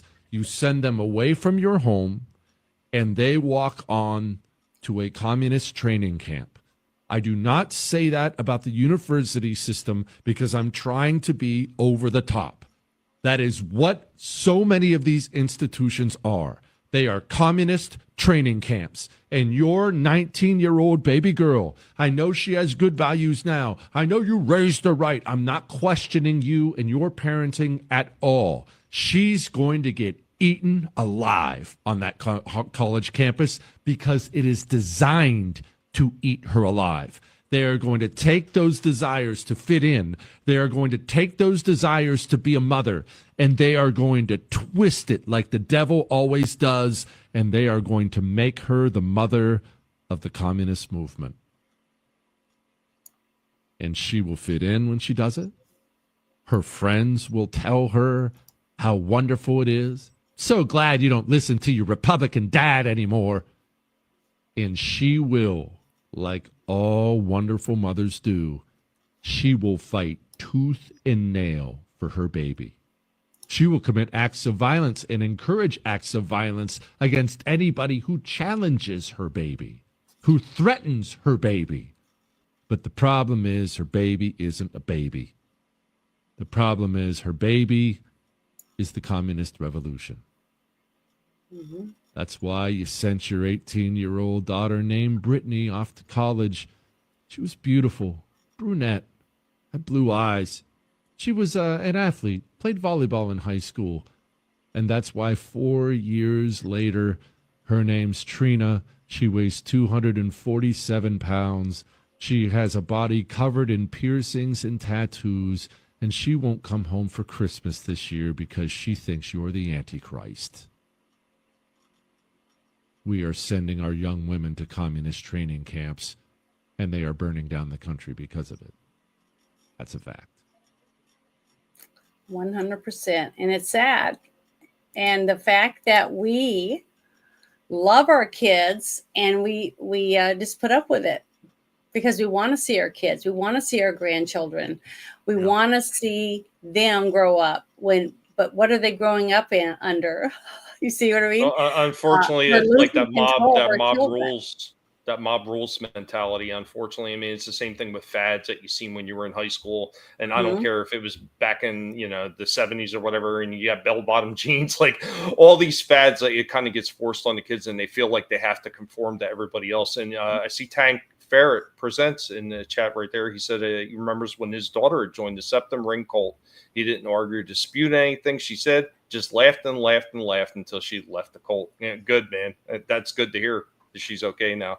But I mean, a lot of these people that get pulled in, and even when they start to break out, if they wind up getting surrounded with more people that think the same way, they will pull them right back into that shit. I mean, it's very difficult, it seems, anymore for the younger generations to be able to think for themselves. And growing up, there was this metal band that I really like. It was called Nuclear Assault. They had this one song called Brainwashed. And it deals with a lot of the stuff that you're seeing today. And is why can't you think for yourself was the chorus line in there. And that really is what you're seeing right now. These people that cannot think for themselves. They don't bother researching anything. Whatever they're told to follow, and that's what they say is good, that's what they're going to go so they could just fit in with the rest of the crowd. And it really is a shame because there's a lack of individualism. Yeah. And that really is the key to it. Is these people, these same people that are taking your kid and changing it, molding it into what they want, going to send them to the 15-minute cities to work there and get your food there and go to the doctor there, do all the little things because it's all in this nice, convenient little area, and you have your little chip in your wrist and you'll scan it. This is what we're not. I've got 4 sisters, and one of them is very much like me on her thought process about sitting and looking and dissecting things, and the other ones just say, well, it's in God's hands, and that's it, and that's all. They don't They don't want to deal with it because they think there's nothing I can do. And I'm just like, I just pray. When we were going westward, I look at these westerns, where we were a country forged with a vision to do something, and life was hard. Life was hard. Just surviving every day. Life was hard. And within a century of comfort, we've forgotten that we should ever be vigilant of danger, and the dangers have changed over time. A bear might not maul you, but it may be the teacher with your kid, whatever. We need to be vigilant with everything that we do. We need to have intention. If you don't, it goes back to the old adage: if you don't teach your children what to believe, somebody else will. 100%. And the thing is, you should talk to your kids every day or two. Anyways, call them. How was school today? This, that, and the other. You have to have good relationships and keep working on them afterward, when they're not there every minute. You know what I mean? Just like if your kid gets married, do you just stop talking to your kid? Well, it's one day she'd call and say, I'm pregnant. And then you got to say, oh, okay, well, I'm going to help you with this and do that and get ready for have a kid. She's never had a kid before. You have. We are supposed to be a family, which means years ago when we first came to this country, they had units where the dads would hunt, the men would go out hunting, the women were the gatherers. They'd go find eggs and other things and roots and berries and whatever and the else. children helped out on the farm, whatever, and day to day. Grandparents had the kids, okay? Yeah. The grandparents told them the stories about their past, taught them schooling, did all those things. It was a community within a family, okay? And I don't see that today. You barely hear anyone talking about their family. My mom doesn't talk to me anymore. I didn't get the shot, so she won't let me go visit her, or whatever. It's whatever dumb stuff.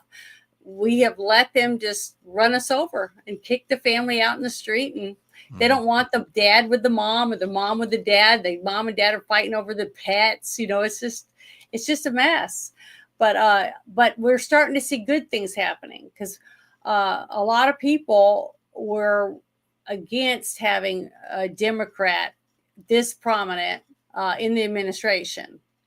The thing is, Trump, from what I can tell, is a businessman.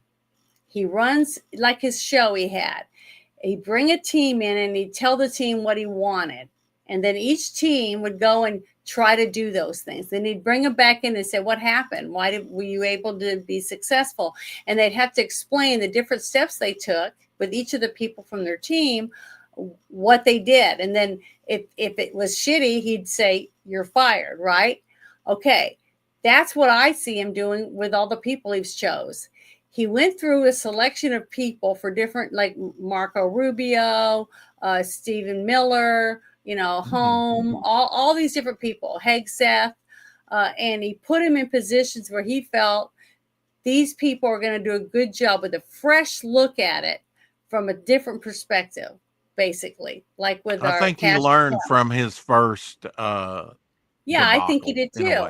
Even though from the moment he got in there, he's had nothing but opposition. Oh, absolutely. He knew that going in. Absolutely. By the news, by the people, he knew. But the young people I think the 4 years off helped him to be more laser focused, though. Yeah, him. This time. But the people stepping in the positions under him, Hegseth, Kash Patel, Pam Bondi, all the other ones, I can't even remember all their names right this second, but all of them are like, what the fuck?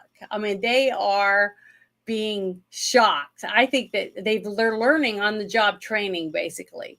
They've made mistakes. They've said the wrong thing. And now they're having to do the best they can to fix it, but they're still out there working. They're still trying. Okay. And that's the difference. I see people wanting to make a difference in these people, in these positions. I haven't seen this in my lifetime. Well, I mean, isn't it a turnaround from like performance based instead of like just a hire because of your color or your gender or you know, or Yeah. they're not DEI hires. But You're that's you're not why qualified.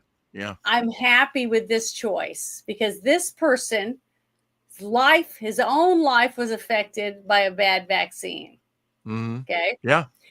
And the fact that he's been wanting, and he says that interview that I played, I think it was like the second show I did after he got the new cabinet and they finally got picked, by the Congress and all them talking to him or whatever, and putting him Got in their confirmed. positions. Yeah. When they got confirmed, I think I played his interview that he said he had his wife sitting by him, and he talked about how he prayed to God that somehow what he wanted, his vision of what he wanted to get America healthy again, get them off the bad chemicals in their diets and the shots filled with all these chemicals and all this stuff, that he prayed that he would get this opportunity to do it. And that's why he decided to run for president.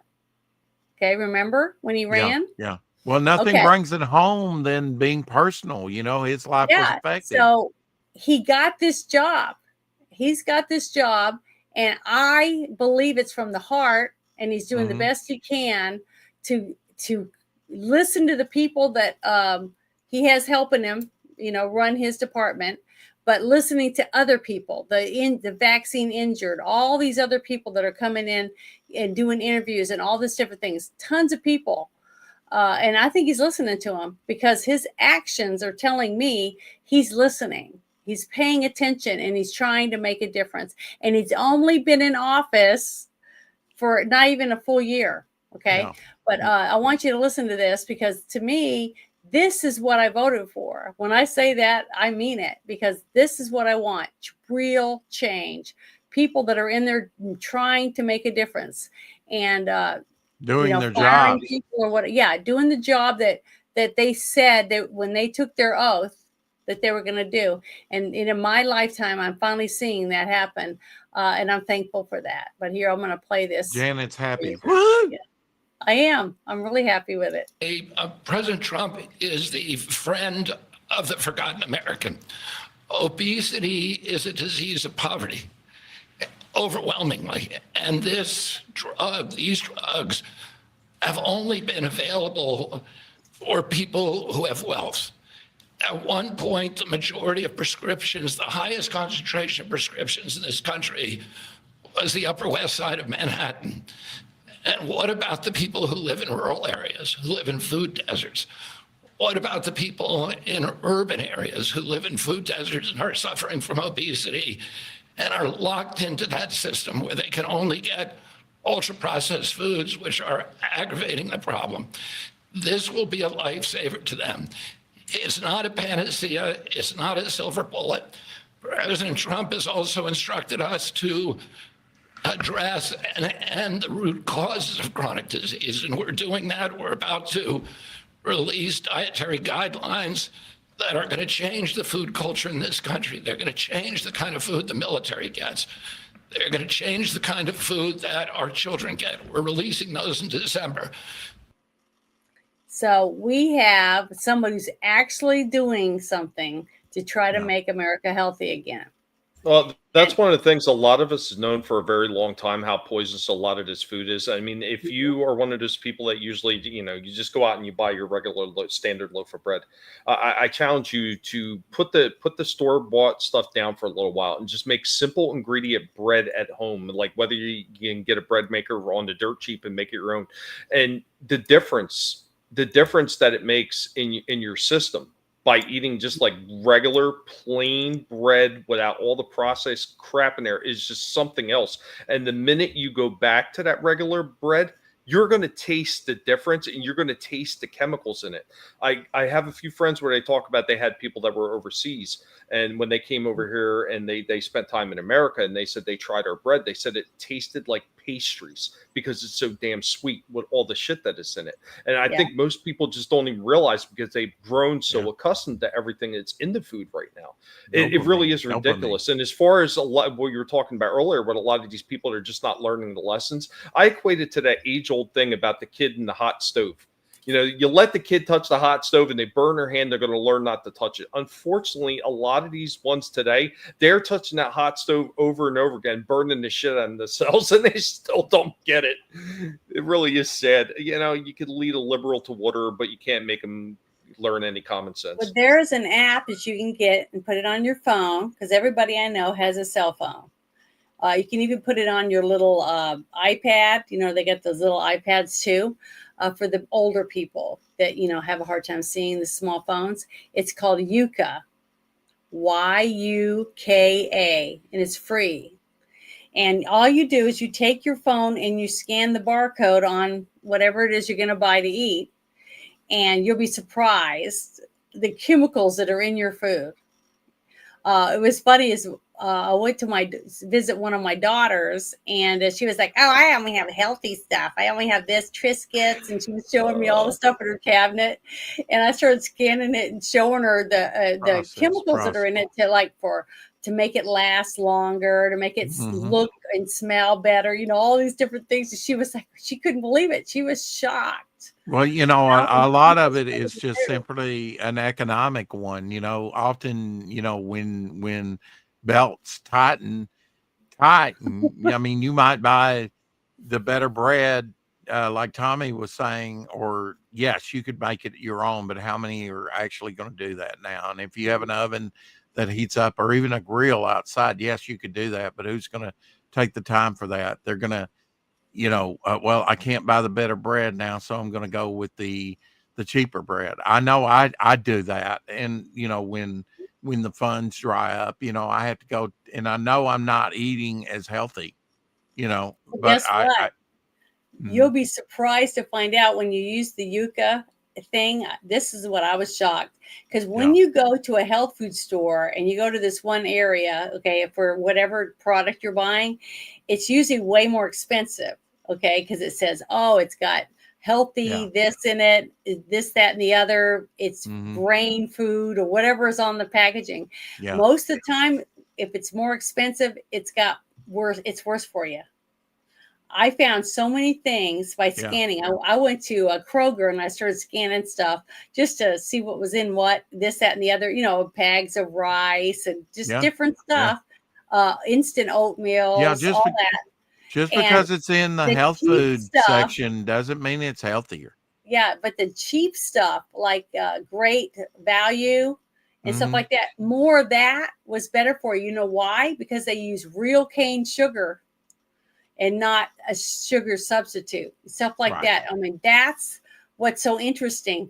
Just put the app on your phone and just scan what you already have in your house, and you will be shocked what's good for you and what isn't, because there's good stuff in there. You do have good food in your house. Or there may be ingredient, like there's an ingredient that I think are in chips or something, some chips, you know, that is benign when it goes in, but your body converts it into formaldehyde. Now, how is that good for you? It's not. I don't know. You know, well, there's a few other things when it comes to the food manufacturing companies that a lot of people don't even realize. So you wind up getting all these different brands, and you'll think, oh, well, this is the more expensive brand. They say it's so much better for you. You know, a lot of those brands are all made under the same manufacturer, and they're just labeled different. And I can give you a quick example. Trenton. I used to live in Trenton, New Jersey. The pork roll. That's where they were making all the pork roll. So they made Case's pork roll. They did Taylor ham pork roll, and then they had Trenton's finest. Guess what? It's all produced in the exact same facility. It's just packaged differently and sent out to places. So people think like, oh, well, this one costs more. It must be better than this one. They're all exactly the same. McCormick, if you go to Aldi, they use McCormick spices. It's just under another name. It's all McCormick, and it may be not the top ground stuff, but like what's left over or whatever, you know, there might be a little, but it's still McCormick. That's still all it is. Name brand. Well, this is another thing. I have two things on here that are left for the show. I got five more things, but two of them have Elon Musk being interviewed, talking about a couple of things that I thought were very interesting. Joe Rogan cracks me up. I don't really trust this guy. One, because he voted for Bernie. Bernie Sanders. He voted for an open socialist. So Damn, that's he's stupid. rich. Okay, he's a rich man, so he can I do don't whatever he give a- wants. If you took half stupid. of Joe Rogan or Elon Musk's money, you took half their income, it doesn't change your lifestyle one bit. If you took half your income, what's going to happen to you? Yeah, I mean, I get it. Yeah, I I get know, it, but that's what I'm that's saying. dumb. People And- like that don't have to worry about the things that we normally worry about. Okay, they never will. For the rest of their lives, they'll never, unless something devastating happens and they lose everything. You know, that's the only way. But Bernie is you a know, Marxist. Beyonce, any of these people, you could take half of everything they have, and it won't affect their livelihood at all, the way they live their lifestyles. I'm not saying But they didn't sure deserve as the hell money. act like they know, though, Jenna. I mean, how Well, many yeah, times have I you heard know, but freaking what I'm socialist saying is, Bernie? Oh, I understand the plight of the common man. No, you don't. How many mansions do you have? Shut the hell up. yeah, Right, that's why I get sick of exactly. these people. But I like listening to them, especially when they talk about things to me He's that a make Stalin sense. Marxist. Yeah. So I do listen to some of these people and some of the things they Stalinist. say, and I look into it. But I just thought this was interesting. I want you guys to listen to this. It's only 3 minutes, but listen. That's the nature of the scam. It's a bank shot. So then the rebuttal from the Dems is like, oh, well, the vast majority of the people who are marked as live in the Social Security Administration weren't receiving Social Security Administration payments. That is true. What they forgot to mention is they're getting fraudulent payments from every other government program. And that's why the Dems were so opposed to turning off, to declaring someone dead who was dead, because it would stop the entire all the other fraud from happening. And so, but all this, is it trackable? Like all this other Yeah. fraud, It's if totally they wanted trackable. to, they could chase it all down. Yeah, it's not even hard. And yet they're opposing chasing it all down. They're opposing chasing it all down because it turns off the money magnet for the illegals. Wow. Because it's very logical to like I'm saying the most common sense things possible. If someone's got a birthday in Social Security that is an impossible birthday, meaning they are older than the oldest living American or were born in the future, then you should call them and say, excuse me, we seem to have your birthday wrong, because it says that you're 200 years old. That's all you need to do. And then you would remove them from the Social Security database and make that number no longer available for all those other government payments. Exactly. Wow. And how much money are we talking? It's hundreds of billions of dollars. And this is all traceable. Like you could hunt all this down. Like you don't need to be Sherlock Holmes here, is what I'm saying. Well, we don't need to call Sherlock Holmes for this one. Is this part of the? We just need to call the person. And say, excuse me, we seem to have the we must have your birthday wrong because it says you're 200 years old or were born in the future. So could you tell us what your birthday is? That's all you need to do. It's that simple. But all these other government payments that are available that are connected to this Social Security number, it seems like if you just chased that all down, you would find the widespread fraud. You would find where it's going. Yes, but the root of the problem is the Social Security Administration database, because the Social Security number in the United States is used as a de facto national ID number. You know, that's why, like, the bank always asks for your social.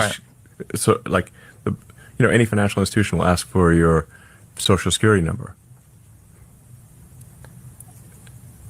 It sounds so insane that this isn't chased down.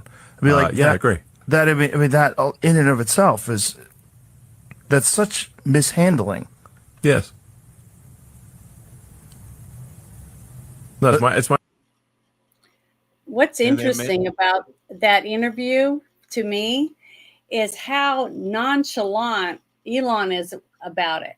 You know, that's very simple for him to understand. And he doesn't understand why nobody's doing anything about it. And when he first went to Trump and was telling them, I want to help. I'm going to help you get some people to bring in here. And all we have to do is just sit down and go through the numbers. That's it. And what did he bring? The brightest people you could possibly think of, people that were going to be future accountants and all that different stuff. And that guy that just got beat up, Big Balls or whatever they were talking about it, because they all had these nicknames and stuff so that people wouldn't know who they were, to try to, because they were getting death threats and stuff. And so was Elon, all of them. But it's sad that it's that simple, because if you take, let's say you die, or let's say I died, okay, and my daughter takes my death certificate to the administration office to tell them that I died. So now they're supposed to take my social security number and remove it from the system. They're supposed to do a few things to prove that I'm dead, that number is no longer usable, right? Because I'm dead. Especially for voting.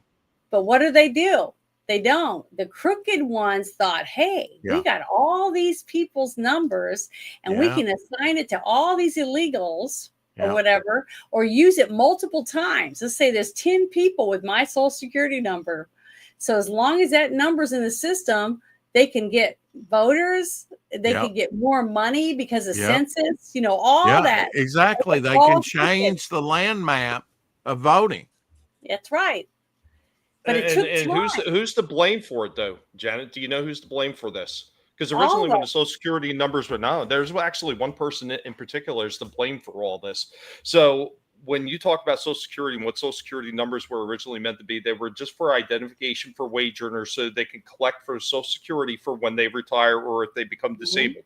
That's all it was originally intended to be. And if you had a Social Security number card early enough, it literally says on it, this is not to be used for ID. It's for Social Security Administration purposes only.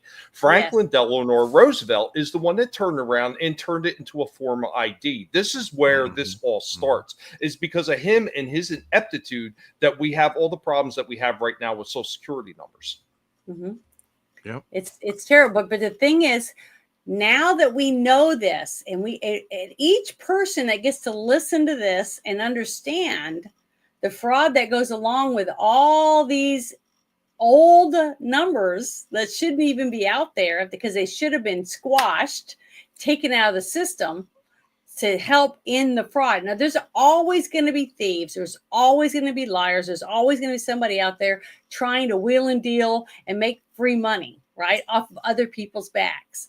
But if most of us, 90% of us, are working hard to squash it, it's going to be harder and harder for them to get away with this. Only one time I've worked the polls, 70 different times at least since I was old enough to do it, in 2 different states, and only once have I gotten a card, an ID, which was someone's social security card one time. And they brought it in and said this was their ID. So we had to go through their records and brought a person over to look and all this stuff to look at the other stuff that they have signed. Well, their signature didn't match. And their ID didn't match. The number on their ID did not match. So they took the card, and when they did, they argued with the person. That person ran. They left. So they you ought to have security right there, especially if they run. We're going to look into this further. What? That was one person out of all the times that I've worked. So what I'm saying is, in the 2 states that I did this in was Louisiana and Arkansas, there wasn't as much of many people trying to scam the system. And plus the towns that I was in, I don't think it was a corrupt area. See what I mean? I think it was legit, because everybody I saw working, I never saw anyone else write on another person's ballot. That is illegal. Okay. We had one lady that made a mistake, and then you have to supposed to bring the judge over. The judge comes and looks. He will take that and initial it with his initials, a judge, an actual judge. Then we put it in an envelope, we seal it with red tape, and then we all put our initials on that thing. That's a spoiled ballot. Put it in the box, and then she got a new one. We gave her a new one. We had to go through the whole process again. So there's a process for all this, and if we do that, people won't be able to get away with cheating. But until we get people that want the truth, you want the real stuff to happen, enough of them to fight. Elon's sitting there, he's going, it's easy. Here's the route. Do you cut it off the route? That's what I want to see happen. Real. I mean, if you want to find money in creative ways, It's there. It's there, absolutely, and make some of these people that took all this money, the Doge exposed, and give it back, or be held accountable for taking it. This next story, I Seize it. was shocked. I watched it like 3 times because I just couldn't believe how easy it was and how it unfolded to get this to happen. But just think about this: in Texas, Arkansas, Oklahoma, New York, California, Florida, every single state. Okay, this is happening. Okay, so I'm going to put my thinking cap on for this one. Yeah, so be ready. Now let's listen to this gentleman. Very, very smart. And I'm going to share this in the chat because I really think more people should see. I can't wait to play this for my sisters. I'm really excited about it, but here we go. This really captures the silent strategy that is taking over cities now. Check this out. Which 3 steps was immigrate, increase, eliminate. Immigrate as a religious refugee, increase the number of your followers and demand political accommodation, and then eliminate the previous culture. So I was speaking in Detroit area, and afterwards had people come up and visit around the book table, and they were telling me about a lady who had a ministry to pregnant mothers. So she shows up at a Muslim house, has a little present. Well, out of a bedroom comes another pregnant Muslim mom. Out of a bedroom comes another pregnant Muslim mom. Out of a bedroom comes another pregnant Muslim mom, all pregnant by the same man. He's practicing Sharia law in his house. And then someone else says, oh yeah, Faisal bought a bunch of houses on the street, has a wife in each one. Where was this? In Detroit area. The wives go down to the welfare office and say their husband's not around. He goes and visits them, and the more kids they have, the larger the checks get. And he's living like a king at state expense, and all the kids playing in the middle of the street are his children. He's practicing Sharia law on his block. They take over several more blocks, and they vote in the school board. And now they have their Sharia in the schools. And then they take over more blocks. They vote in the police department, fire department. And in Hamtramck, Detroit, they vote in the majority of the city council. They have their minarets, their calls to prayer 5 times a day, no different than Pakistan. So we see the first ones come in as immigrants, and they're nice, and they're so nice. Everybody says they're nice, nothing to fear, let more in, more come in. They gravitate together, form a community. Imam shows up and says, okay, you need to start getting a little more serious about this, more fundamental. Then the burqas start appearing. People say the neighborhood's changing. They move out. More Muslims move in. And then there's always that stickler that says, I refuse to move out. And that's when there's random violence from Muslim youth. And there's no witnesses, because no Muslim family dare testify against another Muslim family on behalf of some kafir infidel that's hanging in the neighborhood. And so eventually they take over the entire neighborhood.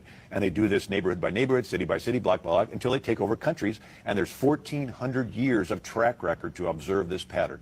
So they took over Egypt, which used to be Coptic Christian. They took over Syria, which used to be Christian. They took over all of Turkey, which used to be Christian. Took over all of North Africa, which used to be. They took Spain, held it for 700 years until the Spaniards drove them out.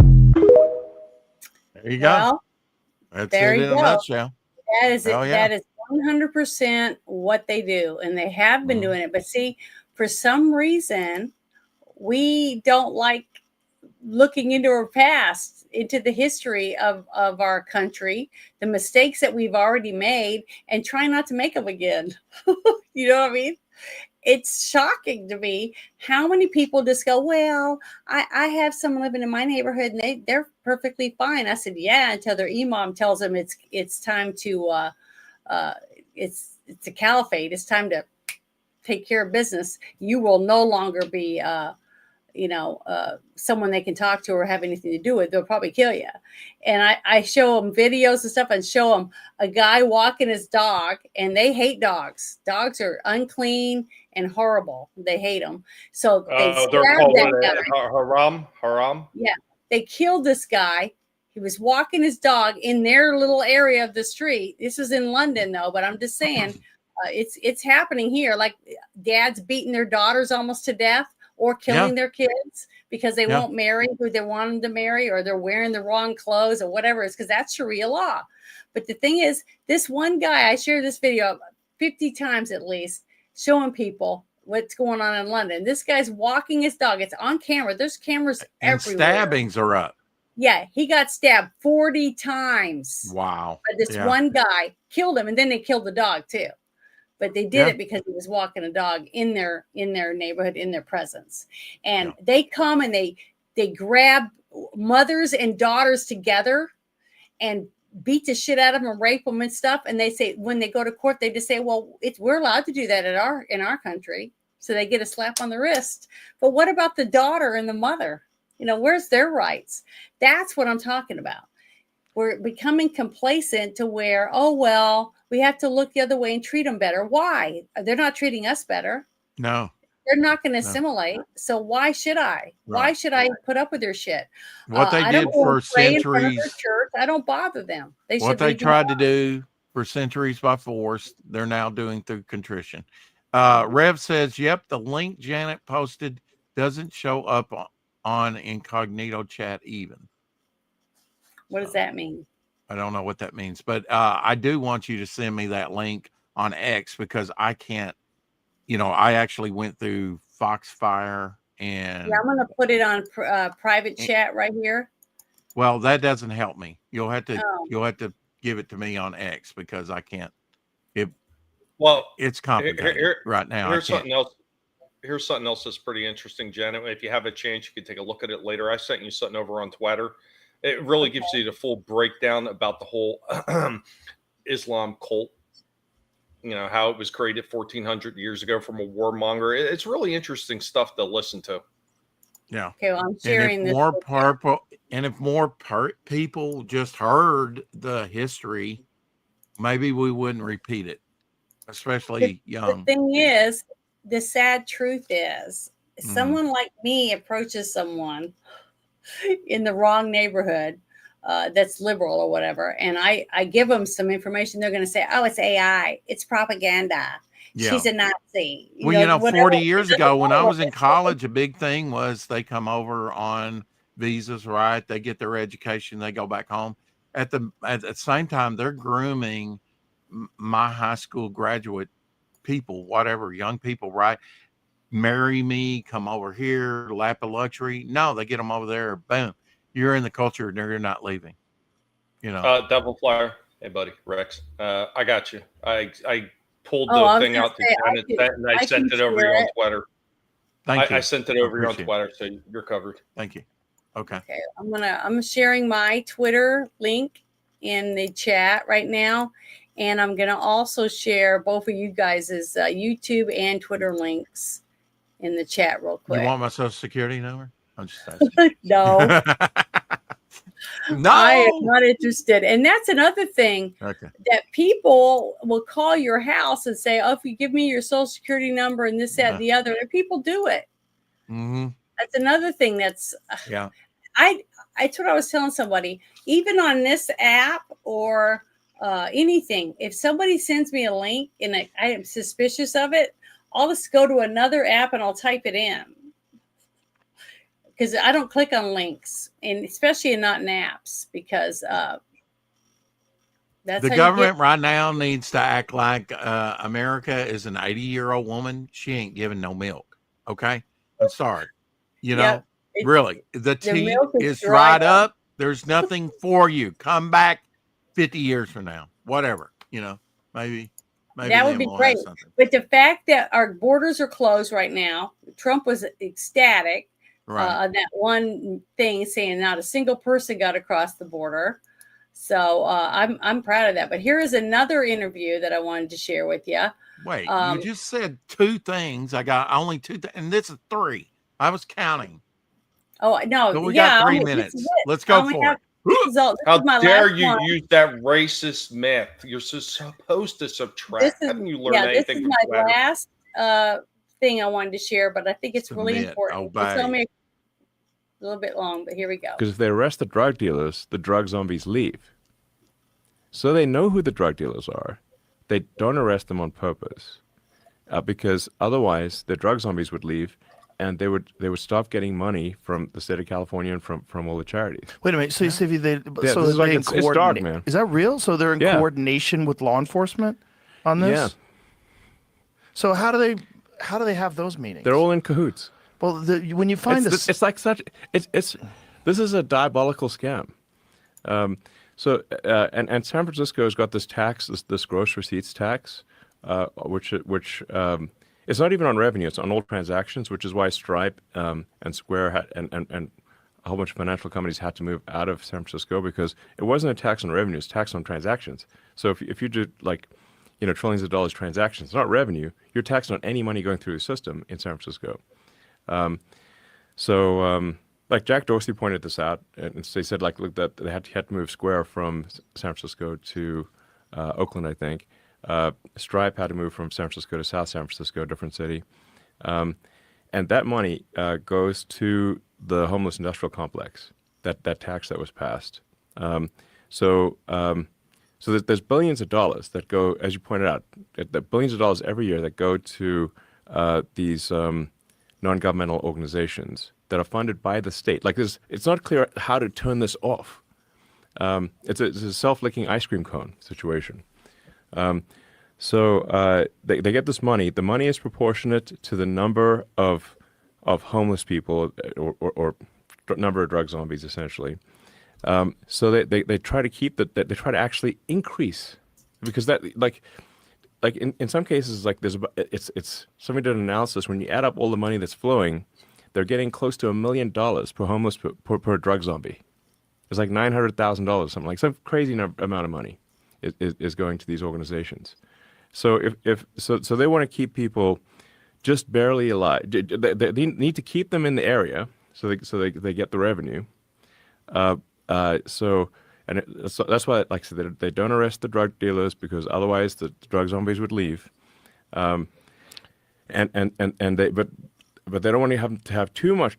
If they get too much drugs, then they die. So they're kept in this sort of perpetual zone of being addicted, but just barely alive. So how is this coordinated with like DAs Yeah. that don't prosecute people? Yeah. So when they hire or they push, so they fund the campaigns of the most progressive, most out there left-wing Yeah. DAs. They get them into office. We've got that issue in Austin too, by the way. Yes, we Do you do. see that guy that got shot in the library? No. I heard a about guy it. got shot and killed in the library. I think that was just like last week or something. Right. So some friends of mine were telling me that like the library's unsafe. Like they took their kids to the library, and there were like dangerous people in the library in Austin. And I was like, dangerous people in the library? Like that's a strange. It basically got like drug zombies in the library. Oh Jesus! And that's when someone got shot. Yeah, I believe should be on the news. We might be able to pull it up. But I think it was just in the last week or so that there was a shooting in the library in Austin. Because Austin's got, it's the most liberal part of Texas that we're in right here. So, suspect involved in the shooting at Austin Park Library Saturday is accused of another shooting at the Cap Metro bus earlier that day. According to an arrest warrant affidavit, Austin police arrested Harold Newton Keene, 55, shortly after the shooting in the library, which occurred around noon. One person sustained non-life-threatening injuries in the event. Before that shooting, Keene was accused of shooting another person in a bus incident, and after reportedly pointing his gun at a child. So this is the fella down here. So like we just seriously have a problem here. Yeah. So I think one of the people might have died too that he shot. Like one of the people I think did bleed out. But either way, it's like getting shot is still bad. It says the victim told police it confronted the suspect who started to eat what appeared to be crystal methamphetamine. According to the affidavit, the victim advised the suspect began to trip out, at which time the victim exited the bus. Victim told the bus driver hit the panic button, then exited the bus. When he turned around, the observer, black male, was now standing at the front of the bus with the gun pointed at him. The victim advised the black male fired a single round which grazed his left hip. So he shot at that dude, and then another dude got shot in the library. Fun. Yeah, I mean, in the library. Yeah. Where you're supposed to be reading books. And there's a children's section in the library, and it says he pointed his gun at a kid. I mean, like we do have a serious issue in America where repeat violent offenders need to be incarcerated. Right. You got cases where somebody's been arrested like 47 times. Right. Like literally, okay, that's just the number of times they were arrested, not the number of times they did things. Like most of the times they do things, they're not arrested. So lay this out for people so they understand how this happens. Yeah, and the key is like this: it preys on people's empathy. So like, if you're a good person, you want good things to happen in the world. You're like, well, we should take care of people who, who are down in their luck or having a hard time in life, and we should. I agree. But what we shouldn't do is put people who are violent drug zombies in public places where they can hurt other people. And that is what we're doing, that we just saw, where a guy got shot in the library, and then but even before that he shot another guy and pointed his gun at a kid. That guy probably has like many prior arrests. There was that guy that knifed the Ukrainian woman Irina. Yes. Yeah. And she was just quietly on her phone, and he just came up and gutted her, basically. Wasn't there a crazy story about the judge who was involved, who had previously dealt with this person, was also invested in a rehabilitation center and was sending these conflict of interest? Yes. So sending people that they were charging to a rehabilitation center instead of putting them in jail, profiting from this rehabilitation center, letting them back out on the street. Yes, and violent, insane people. And there, in that case, I believe that judge has no law degree or a significant legal experience that would allow them to be a judge. They were just made a judge. That's just like, wow. You could be a judge without a law degree? Yeah. Wow. Yeah. You could just be so I could be a judge? Yeah. Exciting. Anyone. That's crazy. I thought you'd have to. It's like if you want to be a doctor, you have to go to medical school. I thought if you're going to be a judge, think, like, you have if you're to understand the going to be law. appointed to a judge, you have to have proven that you have an excellent knowledge of the law and that you will make your decisions according to the law. That's what we assume should be. That's how you get the robe. Right. Yeah. You don't get the robe unless you do. Right. Got to go to school to get the robe. You got to know what the law is. Right. And then you got to need to make decisions in accordance with the law. Based on the stuff that you already know because you read it because you went to school for it. Yes. Not you just got appointed. Not vibes. You can't be just vibing as a judge. Vibing as a left-wing judge. So you got crazy left-wing DAs. Yes. Like I shouldn't say left-wing because the left-wing used to be normal. Yeah, left-wing just meant like you're like open-minded. The left used to be like pro free speech. Yeah. And now they're against it. It used to be like pro gay rights, pro women's right to choose, pro minorities, pro, Like 20 years ago, I don't know. It used to be like left would be like the party of empathy or like, caring and being nice and that kind of thing. Not the party of like crushing dissent and crushing free speech, and crazy regulation and just and being super judgy. And calling everyone a Nazi, like I think they've called you and me Nazis. I'm a Nazi. I think. I have friends that are comedians that called you a Nazi, and I got pissed off. Are you serious? Them. Oh yeah. Like he's not definitely as a Nazi. joke. No, because you did that thing at the. My heart goes out to you. Everyone everyone, all of them, literally. Tim Walz, Kamala Harris, every one of them did it. They all did it. How do you point at the crowd? Yeah. How do you wave at the crowd? Do you know CNN was using a photo of me whenever I got in trouble during COVID? Oh, man. From the UFC weigh-ins. And if the UFC weigh-ins, I go, hey, everybody, welcome to the weigh-ins. And so they were getting me from the side. And that was the photo that they used. Conspiracy theorist podcaster Joe Rogan. Like, that's what they used. Yeah. Okay, that's all I wanted to share. And the reason I wanted to share it was you saw what happened during that conversation. You took two guys that probably their whole life were liberals, right? Voted liberally, just like they said years ago, being liberal meant this, that, and the other. Yeah. But I don't remember liberals ever being that way. Okay. My whole life, it's always been the conservatives that wanted people to keep their money, smaller government, all that. At least that's what my parents always said. So that's what I always believed. And the Democrats were the ones that believed in big government, that they should control where you take your money, where you go to school, all that stuff. And that, if you wanted to live in somewhere like Russia or China, where the government, as soon as you're born, the government says this is what they're going to do when they grow up, that type of thing. But seeing Joe Rogan talking to another Democrat, basically, because you heard what he said, Kamala Harris, all them, he was hanging out with all them, and they were all saying bad stuff about Elon. So he hangs with them. Those are the kind of people he hangs with. He voted for Bernie Sanders. I didn't take that as that. Well, I guess so. He said friends. Yeah, if you just go back and just look at who he's friends with, what he does things with, that's how you know, and that's in the past. Okay, just like pictures are coming out with the you got Trump with all these Democrats at different functions, right?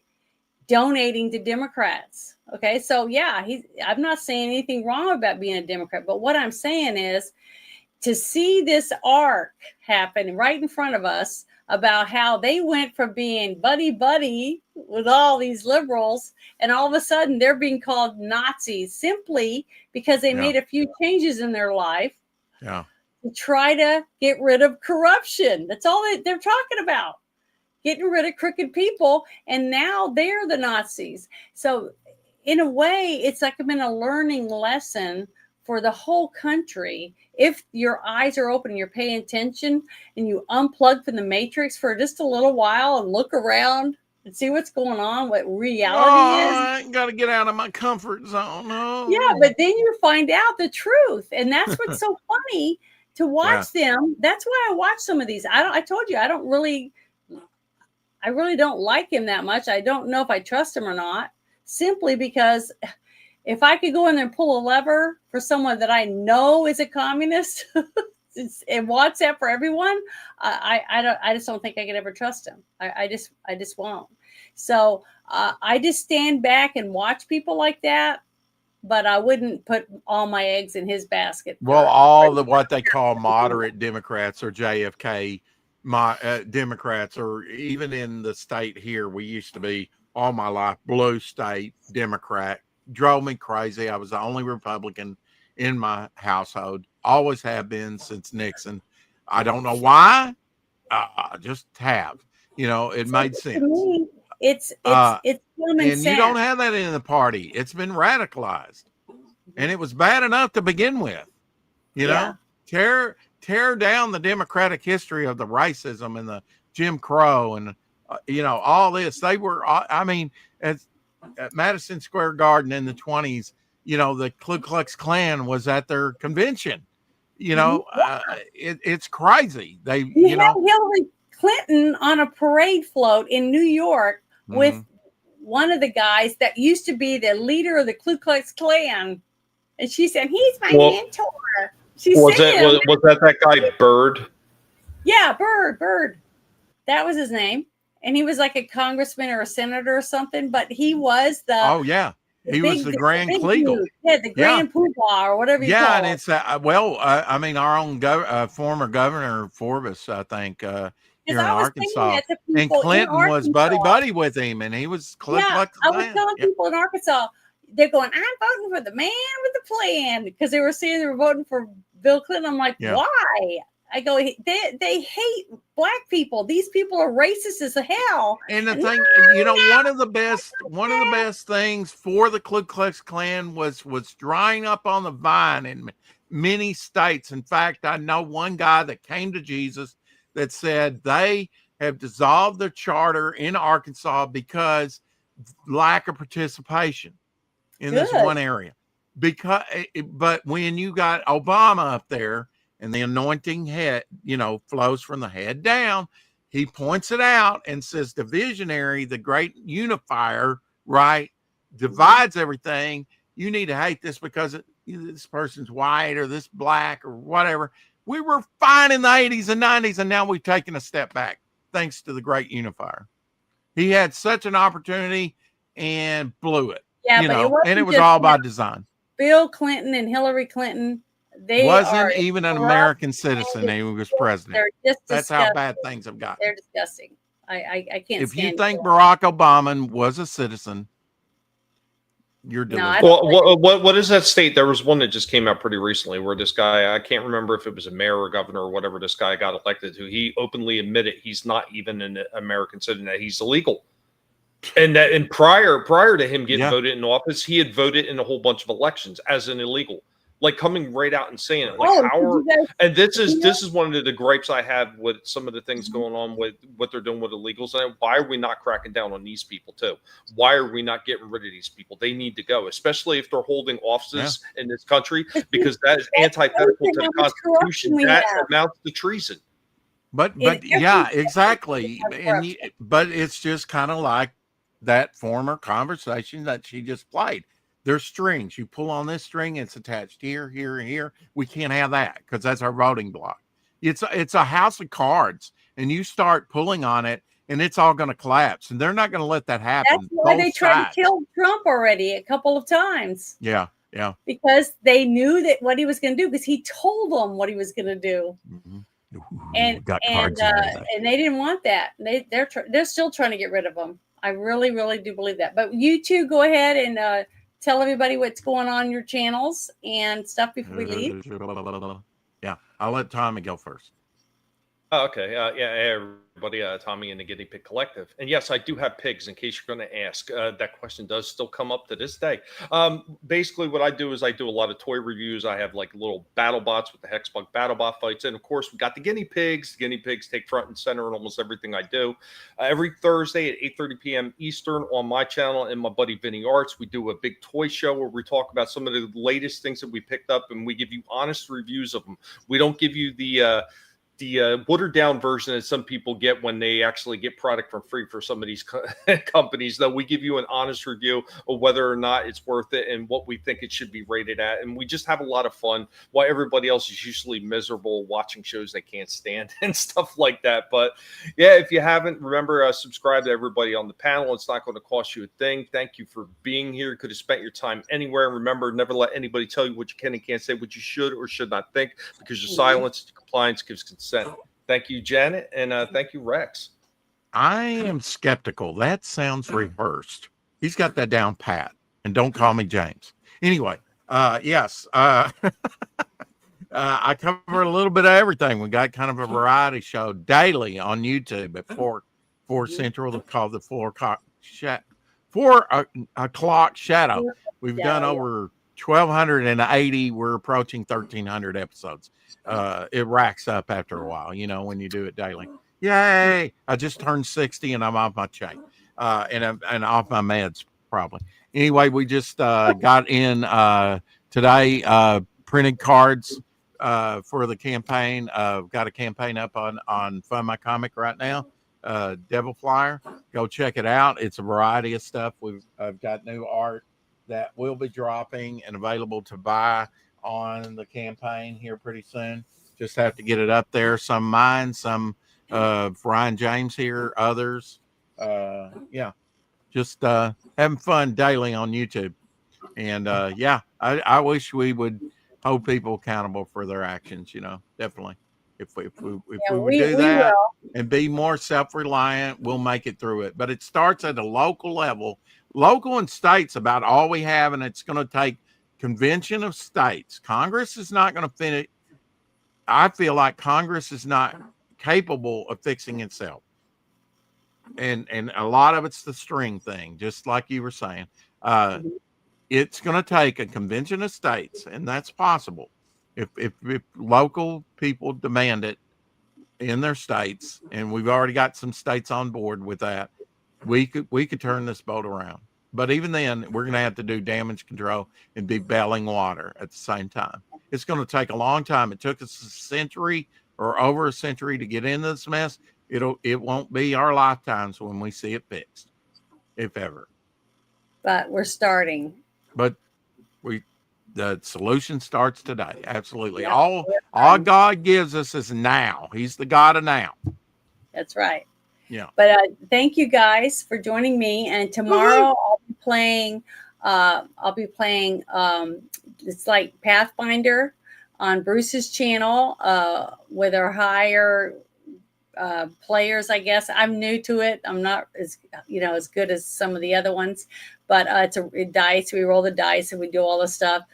So it's fun. We'll be playing that tomorrow all day live. And then Sunday, Bruce and I are going to be reviewing the movie Deception.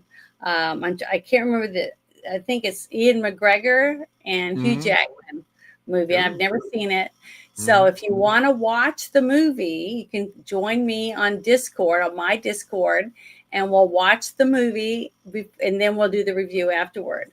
So that's why people don't realize when I get dressed up in whatever costume, I'm wearing it through the whole movie and then wearing it to whenever I get done. Like when I was Lucy with the vampire teeth and all that a couple weeks ago. So it's just, I have to wear it for a long time because of the way it's set up now, the way we do it. But that'll be fun. So if you want to watch the movie, let me know. And we usually start around 12:30 on Sunday afternoon. So just let me know. Send me a message, and I'll send you a link, and you come watch it with us. It's a lot of fun, and get a movie out of it. Yeah, hopefully good. I've watched the movie on Discord before. It's cool. Yeah, it's fun. It's fun, and I enjoy playing. Oh, that's right, Nerdy Org. He's on one of the games with me. I play a game with him on a Saturday, every other Saturday. So it's fun, and Bruce is our GM. So you're probably not going to ever be available to be on Rex, Hex, and Apex, right? No, I told you I have to do it before 12:30 because we start the game at 12:30. So I could join you. Okay. Oh, we could do that then. 11 to a little bit before 12:30. Yeah. Okay. Yeah. So, just but let you're me know. mine. You're mine. You're not Apex's. So that'll be February. That'll come in February. Yeah. Yeah. So it'll be fun, but that's what I like to do. I'm a nerd. So if Hex and Apex ask you, just turn them down. No, I'm gonna do it. But my Saturdays are, and on Monday nights now I'm playing 2 games now with Bear, the Gen X GM. I'm playing 2 of his games. One of them is the superhero one, and we're about to start a new one that he's writing. So cool. Monday night. So we'll see how this goes. I'm so behind on my movies, but I've been trying to get caught up. I'm going to watch Eternals with a friend tomorrow. Well, that'll be fun. Yeah. Enjoy it. You guys 3-hour movie. I hope it's decent. Well, I hope it's good. I've watched some real stinkers with yeah. But the Pix says no to the new movies, and I just go back and I watch old shows like Barney Miller. I'm stuck in the past. I'm sorry. Hey, I'm with you on that, Tommy. I mean, I've just went through all 20 episodes of, 20 seasons of Gunsmoke. Absolutely. I physical copies and watching the old stuff. It's the best. Yeah. But as long as my friend offers, it's a good time with him. We eat popcorn. We watch a movie. He bought the DVD or Blu-ray. I didn't, so I get to see it for free. Hey. Well, one of my favorite shows to watch when I get bored and have nothing to do is I love Futurama. That's my favorite. Oh, there you go. I love that show. So I got good. one of the seasons of that. Yeah. I would love to dress up as Leela if I could figure out how to do one eye. You know what I mean? That'd be great. I just love that show. It's so much fun. Come here. I'll poke the other one out, and then you can be. Yeah, but it's got to be in the middle of my forehead. It won't do any good if it's one eye. Well, the guy that could have helped you with that left early. So. Oh yeah, well, he didn't feel good, but yeah. Thank you, everyone who showed up and hung out with us in the chat. I really, really appreciate it on X, Rumble, and YouTube. From what I could tell. Oh, it looks like somebody's doing Facebook. So on Facebook too. I hope you did really good over there. But thank you all, and you guys have a wonderful weekend. Talk to you guys later. Oh, you too. It's already here. Woo! Bye, everybody.